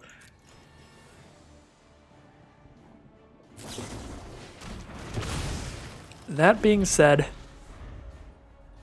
they have another Eldest Reborn coming, so even if I trade with Sarah Angel or Coldwater Snapper, they're just going to get it right back in due time. Might have been better to sacrifice a 1/1 than a 0/4, but I don't think a 0/4 blocker matters too much here. Everything they're attacking with is unblockable. We'll play this because they're going to make us discard it anyway. Send in the Yargle. Why not? We're kind of dead either way. They go for the triple block with these. Well, we get to kill all of them, which is cool. Are they going to bring back a Yargle against me? I don't actually think that's bad for us, because we have so many creatures to block with. The problem is that we can't block what they have going on right now. So if they just bring back a Yargle, that's fine. I can block that all day long. I am much more scared of like Tetsuka Umezawa and Sarah Angel here. And I think this is the point where if they were more aggressive with Tetsuka, we'd probably just be dead right now. But I'm also just dead in 2 turns, so it doesn't really matter. So here comes Eldest Reborn.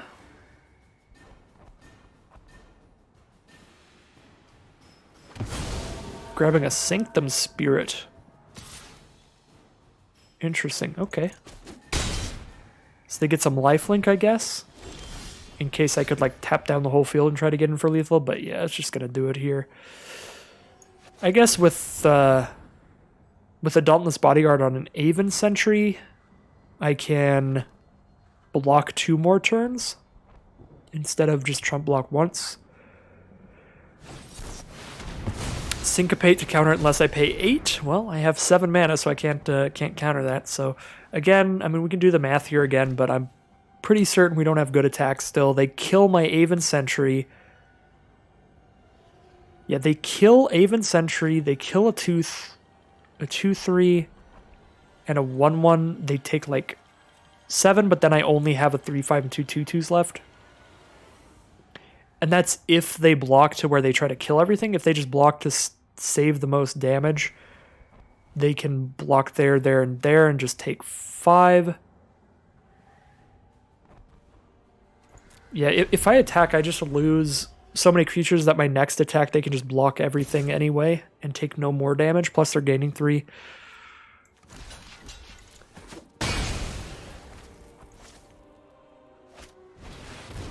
Thallid Omnivore. Phyrexian Scriptures, just 1 turn too late. Could get the one-sided board wipe, but I can't really survive here. I can put a +1/+1 on Mesa Unicorn and then attack with that to gain 3. And by doing that, I'll be at 5 life. But then I have 4 blockers against their 4 creatures. So if they play anything to kill one of my creatures, I die. I guess, yeah, there's a very slight chance I can survive here. By gaining 3 life off of Mesa Unicorn so that I'm at 5 life. Okay, they just have more counter spells. So that is game. But yeah, attack with a Mesa Unicorn there, have 4 blockers. So we can block all the ground creatures. And then just take 4 in the sky, go to 1. That was the plan. But opponent definitely had us in a very controlled state there. Off of the card draw that they had. To now just having multiple counter spells and removal, all that good stuff. So we are at 5-1 now. Can't be too unhappy about that loss. Our opponent had a very good control deck there. And we've got a great win rate thus far regardless of what happens now on. Ooh, this is going to be our first game where we have Tashar, Ancestors Apostle. We'll see if we can't do something with it. Definitely a fun combo with Dauntless Bodyguard, because the Bodyguard very likely to get itself in the grave soon, and we can even sacrifice it to do things. So if we ever have more historic spells, we could sack the Bodyguard and then bring it back intentionally. Bodyguard doesn't attack well into a 1/3, so I might even just hold it so that I can cast it to protect Tashar. Yeah, a 2/1 is really just not getting in here against this 3 toughness creature. We do need to hit 1 land by turn 4, by the 4th draw step to get this Tashar out on turn 4. But even if we miss on the lands, I think the hand's powerful enough we could still do some good things eventually. Well, I will cast a Knight of Nubenalia because that trades with their Arcanist, and that is a trade I'm willing to take when I have a card that can bring it back from the grave. Plus, it's a very equal trade. Both are 2-mana cards, both are 4 total power and toughness. Davenant Trapper it is this turn.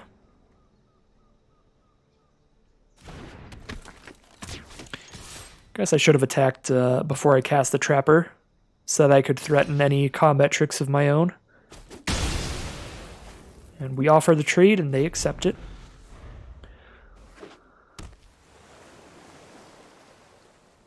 They have 6 mana now, though, in a green-blue deck, which means, yep, which means some big stuff is going to come.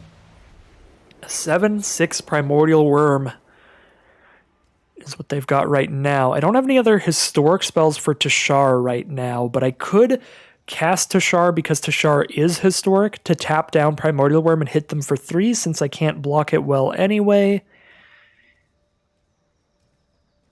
Yeah, and then I get a 2/2 flyer instead of a 3/2 flyer. That seems fine.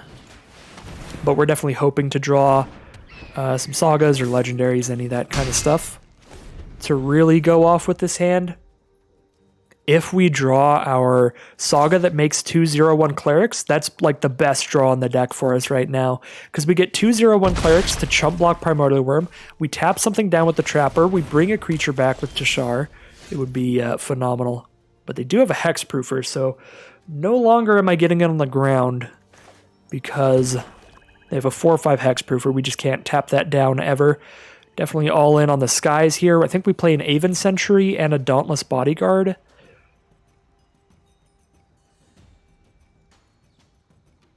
Although we could also just play an Excavation Elephant to have a 3/5 to block their 4/5, and then we just take the Primordial Worm damage for another turn before we play enough blockers for that. If I play a 3/2 and a 2/1, I don't really have good blocks for anything. I guess I could double block the Cold Water Snapper to kill it.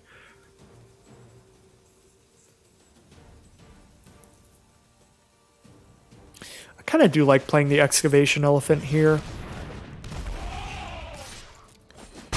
That gives me a blocker that's big enough to block Cold Water Snapper and survive. It also has enough power to double block to kill Primordial Worm. Oh no. Alright, well, we're just getting slammed by a flying turtle. Yeah, so because we played a creature with enough power to trade with Primordial Worm, we have to do that now because otherwise we die. So we could chump block or we can double block to kill it. Go for the double block.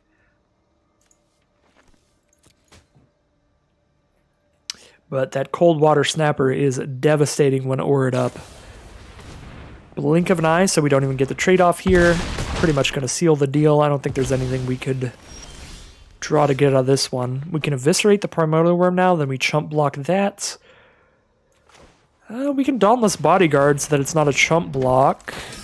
About as good as we can do here. Gives us another turn to maybe draw into something. But I definitely don't have anything that's going to kill a hexproofing Cold Water Snapper, which is an issue. I think the only thing I could have that would like block that well would be my 6/6 that I get from the Saga. So if we draw that, we have to draw it really quickly though.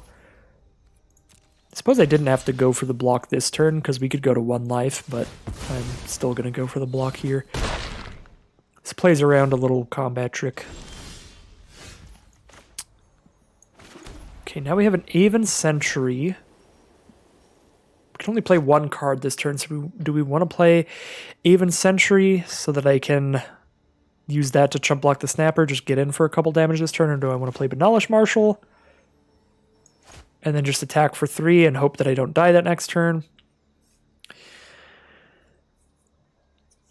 With only 3 white mana, we can't cast 2 3-mana cards because they're both white.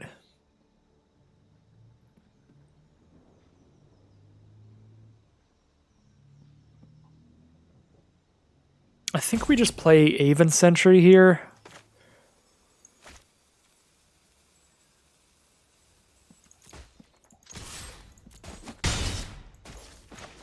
I am putting myself in a position where I die to a removal spell, but I don't think I have any other choice because we have 1 card basically in our whole deck that's going to be big enough to trade with Cold Water Snapper, and otherwise we're going to need to like double block and trade with a Sarah Angel up into it.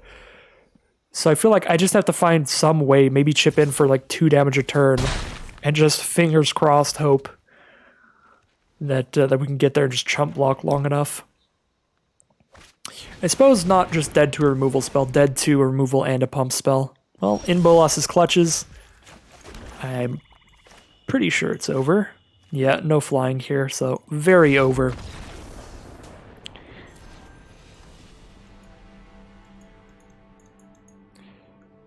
The Cold Water Snapper, just undefeatable.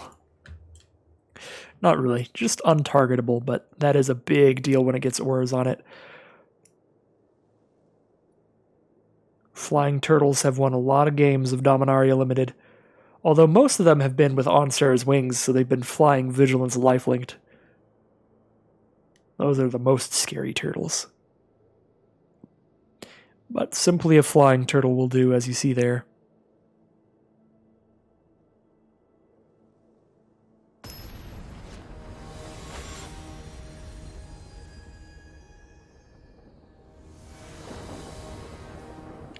Alright, here we are in round 8, which could be the final round if we lose. So we gotta fight hard on this one if we want to try to get to 7 wins here. Mono white hand, but a pretty good one. We have a Dauntless Bodyguard turn 1. Our opponent's going first though, so it's not like we're getting that aggressive since they're on the play. We just need 2 swamps by turn 6 to cast Urgoros. So because our black card is a 6-mana one, it's also not that bad that we're stuck off of black mana. I think I'll keep this. I mean, it's interactive too. We have a seal away if they have a very bad threat. Alright, they start off with a forest. We even draw the Excavation Elephant to go with our Blood Tallow Candle, so that's pretty fun. I'll go for the Dauntless Bodyguard here and see if we get some attacks off with it. Reason I'm going for that turn 1 rather than trying to give something indestructible is because I don't have another creature to play till turn 5, so the odds of that are so low that I might as well get my damage in with this while I can. And now, no matter what, it has accomplished at least 2 points of damage to our opponent. We're at 4 mana, so we're only 1 mana away from hitting Excavation Elephant. We do still need 2 more black mana to cast Urgoros.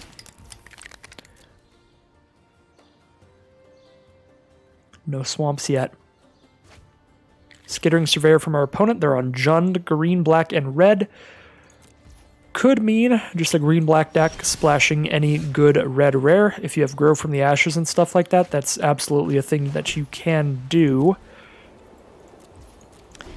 But it could also mean specifically a green-red-black card like Derrygaz, which is a 7-mana 7/7 flying trample haste. Which is going to be a very, very bad time for our deck. It also comes back from the grave 3 turns after it dies, so we're really going to want to hold this seal away if we can, just in case they're playing Derrygaz because of the suspicious mana that they have right now.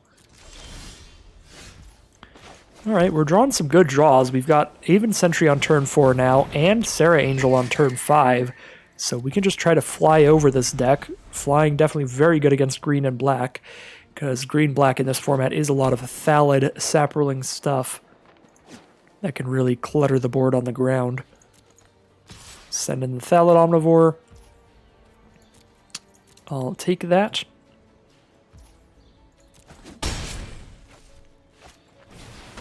And there's Slimefoot. And a Blood Tallow Candle of their own. Well, we're 2 mana away from using our Blood Tallow Candle and their Slimefoot. I doubt their Slimefoot's ever attacking, so that's the only way that we have to deal with it. Just an Eviscerate here. I think we just hold the seal away, attack in with Aven Sentry. Kind of our only option. We could not attack with Aven Sentry, but we don't really have anything we can cast right now unless we want to seal away Thallid Omnivore, and I don't think that that is good.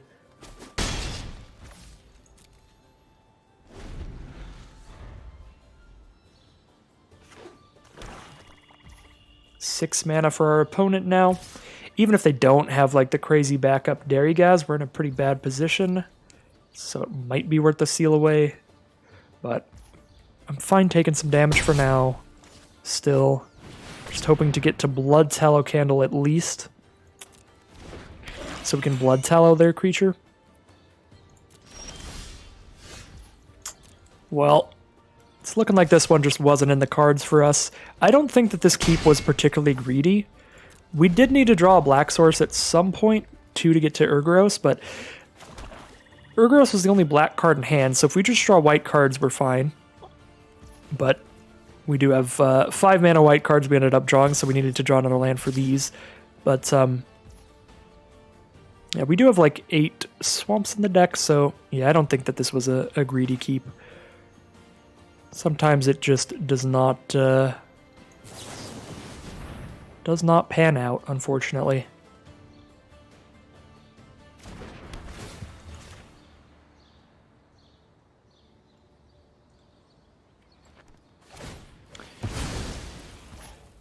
And there are a lot of drafts and games of drafts where I'll be like, yeah, kind of a greedy keep that we could have gotten punished for, and just got punished. It happens, but I think this is one that I'm firm I would argue is not that greedy of a keep.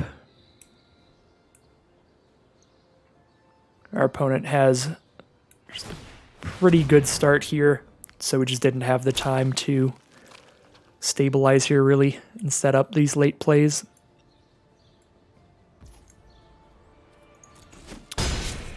It's not completely over yet, though. If we do draw a swamp at this point, like, we're still pretty alive, because then we can kill Slimefoot, and we're only 1 mana away from a Blood Tallow Candle. White Source isn't at the end of the world either, because we can cast Sarah Angel now. Oh, no, they have their own Blood Tallow Candles, so yeah, a White Source actually isn't that great, because they just kill whatever we play. Suppose I'd rather play the better blocker, because we have to really get on the defensive here. If I just try to attack them with a Sarah Angel, they're just going to kill a Sarah Angel. Because they're at 12 life. So if we just cast Sarah Angel, they're just going to Blood Tallow Candle it next turn. This way, the elephant might actually block something, and if it also just dies to a Blood Tallow Candle, then good, we got the Blood Tallow Candle out of the way. The question here is, do I have to hold back my Aven Sentry now? Because with Slimefoot, whenever a Saproling dies, they gain life. With Thallid Omnivore, they gain 2 life when they sacrifice a Saproling. I don't think I can put enough pressure on to keep attacking with Aven Sentry now, because they can make a Saproling for 4 with Slimefoot, and they can sacrifice them for 1 with the Omnivore to get more damage out and gain 2. And with Slimefoot, when they die, they drain me for 1, so they gain 3 every time they sacrifice a Saproling, which is the equivalent of 1 full attack from Aven Sentry. So I think I just need to hold it back on blocks here. And then now they have... God, Slimefoot plus Thallid Omnivore is just such a problem here. Because if it weren't for that, we could go for like a triple block and maybe kill Thallid Omnivore. But if we go for a triple block, they have enough mana to make another Saproling, so they'll have 1, 2, 3 creatures to sacrifice. They sacrifice 3, that's +6/+6, that's a 9/9. We deal 1, 2, 3, 4, 5, 6, 7, 8. So if we triple block, they just sacrifice Skittering Surveyor, a Saproling, and another Saproling, kill our whole field. So we just block with Dauntless Bodyguard. I guess I should be attacking with Aven Sentry because we just can't stack up a block here, even with it on our side. So now we can kill Thallid Omnivore or Slimefoot. Both are a really big deal.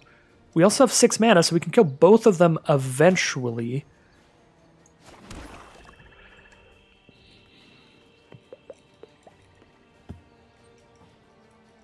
Probably more important to kill Thallid Omnivore immediately. So eviscerate that and hold our blockers, and then Blood Tallow Candle Slimefoot next turn. Because we can't Blood Tallow Candle the Thallid Omnivore because they can sacrifice creatures to make it a 7/7 in response unless they tap out. And they're just not going to tap out. If they send in an attack, I'm going to have to chump block here. Yeah, we got to just eviscerate that. Still am not a fan of our position, because Slimefoot alone is such a powerful card here. And they do get another turn of Slimefoot shenanigans. And they know that we have Blood Tallow Candle on the board, so they're just going to make the most of Slimefoot here. Make 2 more 1/1s, probably attack with all of them, while they still have Slimefoot's ability, so they know they drain some life. Oh my god, are they flooding out here? Are we about to stabilize in this game? I was like convinced that we didn't make it to the black mana fast enough to get anywhere here. But now we kill Slimefoot. They respond by making more Saprolings, but we have 2 blockers for the Saprolings. They could have a pump spell. They only have 1 card in hand though, so it's not likely. Alright, no pump spell, just make more Saprolings. They have a Blood Tallow Candle. They can kill my Excavation Elephant or my Aven Sentry so that the rest of the field gets in. Yeah, I don't know if we're going to get there still, but this is way farther than I thought we'd get because just slamming all attack for them works pretty well. Because of the amount of creatures they have, they can lose 2 creatures to just put me down 4 life here, put me to 5. I think it's worth it, the sacrificing just a couple creatures. They don't go for the attack, so now they can Blood Tallow Candle to kill my Aven Sentry so that Windgrace Acolyte gets in. If I play 2 creatures on the ground, Thallid Omnivore and Knight of Nubenalia, then I'll have 3 blockers on the ground, no blockers in the sky. They have 6 attackers on the ground. I take 3 in the sky, go to 6. They attack with 6 on the ground. I block with 3 on the ground. So I take 6 total and go to 3, and then they're down to 3 creatures on the ground and the Windgrace Acolyte in the sky, and then I cast Serra Angel and stabilize in the sky. Yeah, I think I'm playing 2 blockers on the ground here. I don't want to play Serra Angel because I want them to Blood Tallow Candle the Aven Sentry because Serra Angel's so much better than that. Although the best argument for playing the Serra Angel would be then even if they Blood Tallow Candle, I can trade off with Windgrace Acolyte and then not worried about that in the sky. Ooh, they're on blue as well. Rona, Disciple of Gix is the play. Exile Slimefoot from the grave so they can cast it here. Oh, Whisper. They milled a Whisper off of their Windgrace Acolyte, so now Whisper just brings back Slimefoot by sacrificing 2 Saprolings. Well, that is not good at all. We don't have the mana to kick our Excavation Elephant to get our Blood Tallow Candle back either.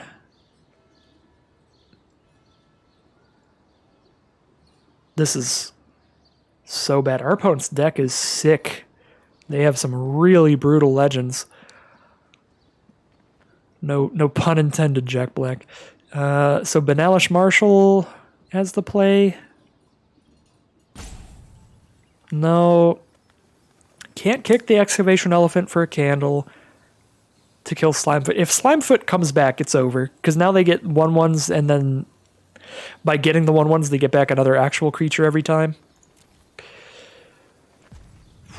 I guess we just play Serra Angel. I think that's the best that we have here. But now they can just Blood Tallow Candle it. But at least then they're not using the mana on Saprolings. Man, I feel like this game we were just like buried alive, and then we just kept digging and we could see the sun. We could see the sun for a moment. And then our opponent just like came over and just like unloaded a dump truck of dirt on us.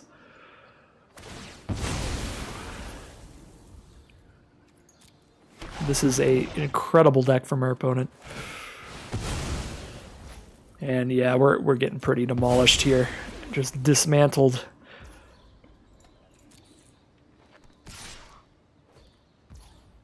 Alright, well, I mean, kind of got to do that. Trade. Come on, removal. I don't know if I have more removal. I have Blessed Lights in here, right? I don't think I've drawn a Blessed Light all game. No, I don't. Didn't manage to get a single Blessed Light in the draft. That's unfortunate. I have Phyrexian Scriptures. That might be the one possible way out of here. But Whisper plus Slimefoot's going to drain us for 2 life and get a creature back every turn. So they can just get the Windgrace Acolyte back with that. Well, we have the mana now to get our Blood Tallow Candle. But again, Whisper gets to get another creature back before we can resolve that.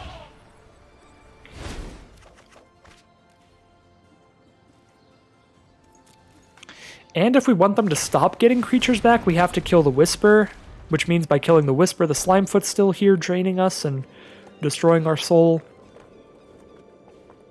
I think we have to kill the Whisper, because if we kill anything else, Whisper just brings back what we killed.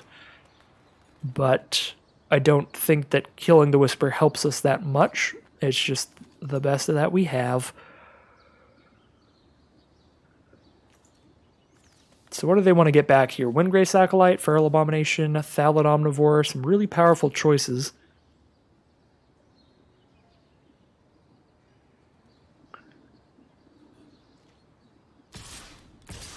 They can even do it at instant speed, I guess. Okay, now they're going to just attack with everybody.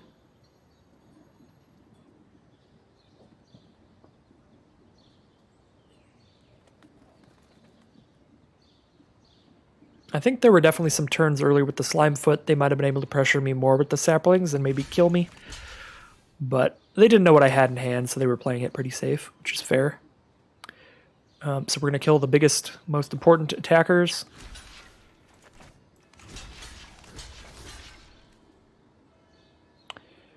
We take 4, 5, 6, 7 if they sacrifice 2 more saplings with Slimefoot's ability.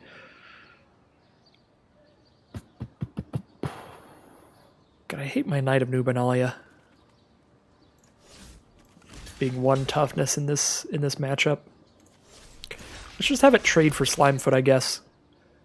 Because I don't know, that feels better, even though it's essentially the same.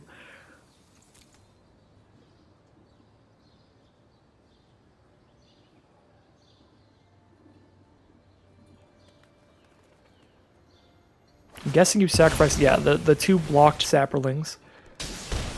Oh, I see. Bring back the Thallid Omnivore. They can sacrifice those saplings to drain me more. But they also just do a damage by hitting me, so you probably shouldn't sacrifice them here. Oh, okay. I see what they're doing. They have the mana sink too.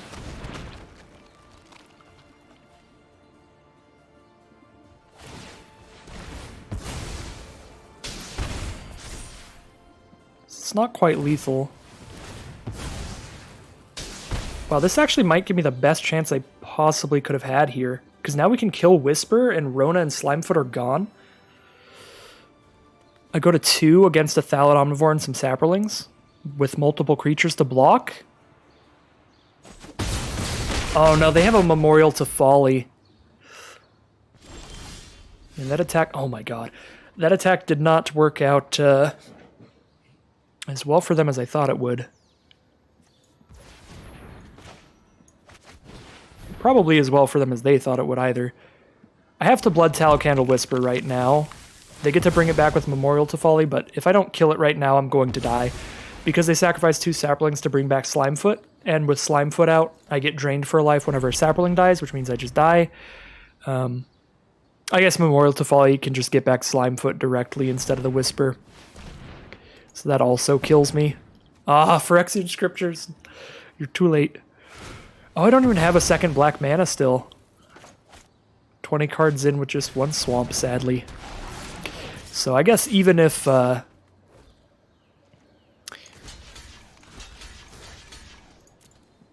even if I had the time to maybe cast the Phyrexian Scriptures and try to one-sided board wipe, I don't have the mana to do it. Whew. That was a brutal last game. That pretty much felt like the analogy that I said earlier. It was just getting buried alive and just constantly just seeing glimpses of sunlight, but never being able to capitalize and actually make it out there. So 5-3 it is. I did say once we hit 5-0, whatever happens now, I'm happy we get those gems back in 4 packs. And yeah, it was a pretty solid run for that deck. 5 wins, 3 losses. Not bad at all. But that is going to end today's draft. We're going to check out our rares here at the end, but just going to be the random stuff that I haven't collected thus far. So probably some duplicates, probably some wild cards and stuff.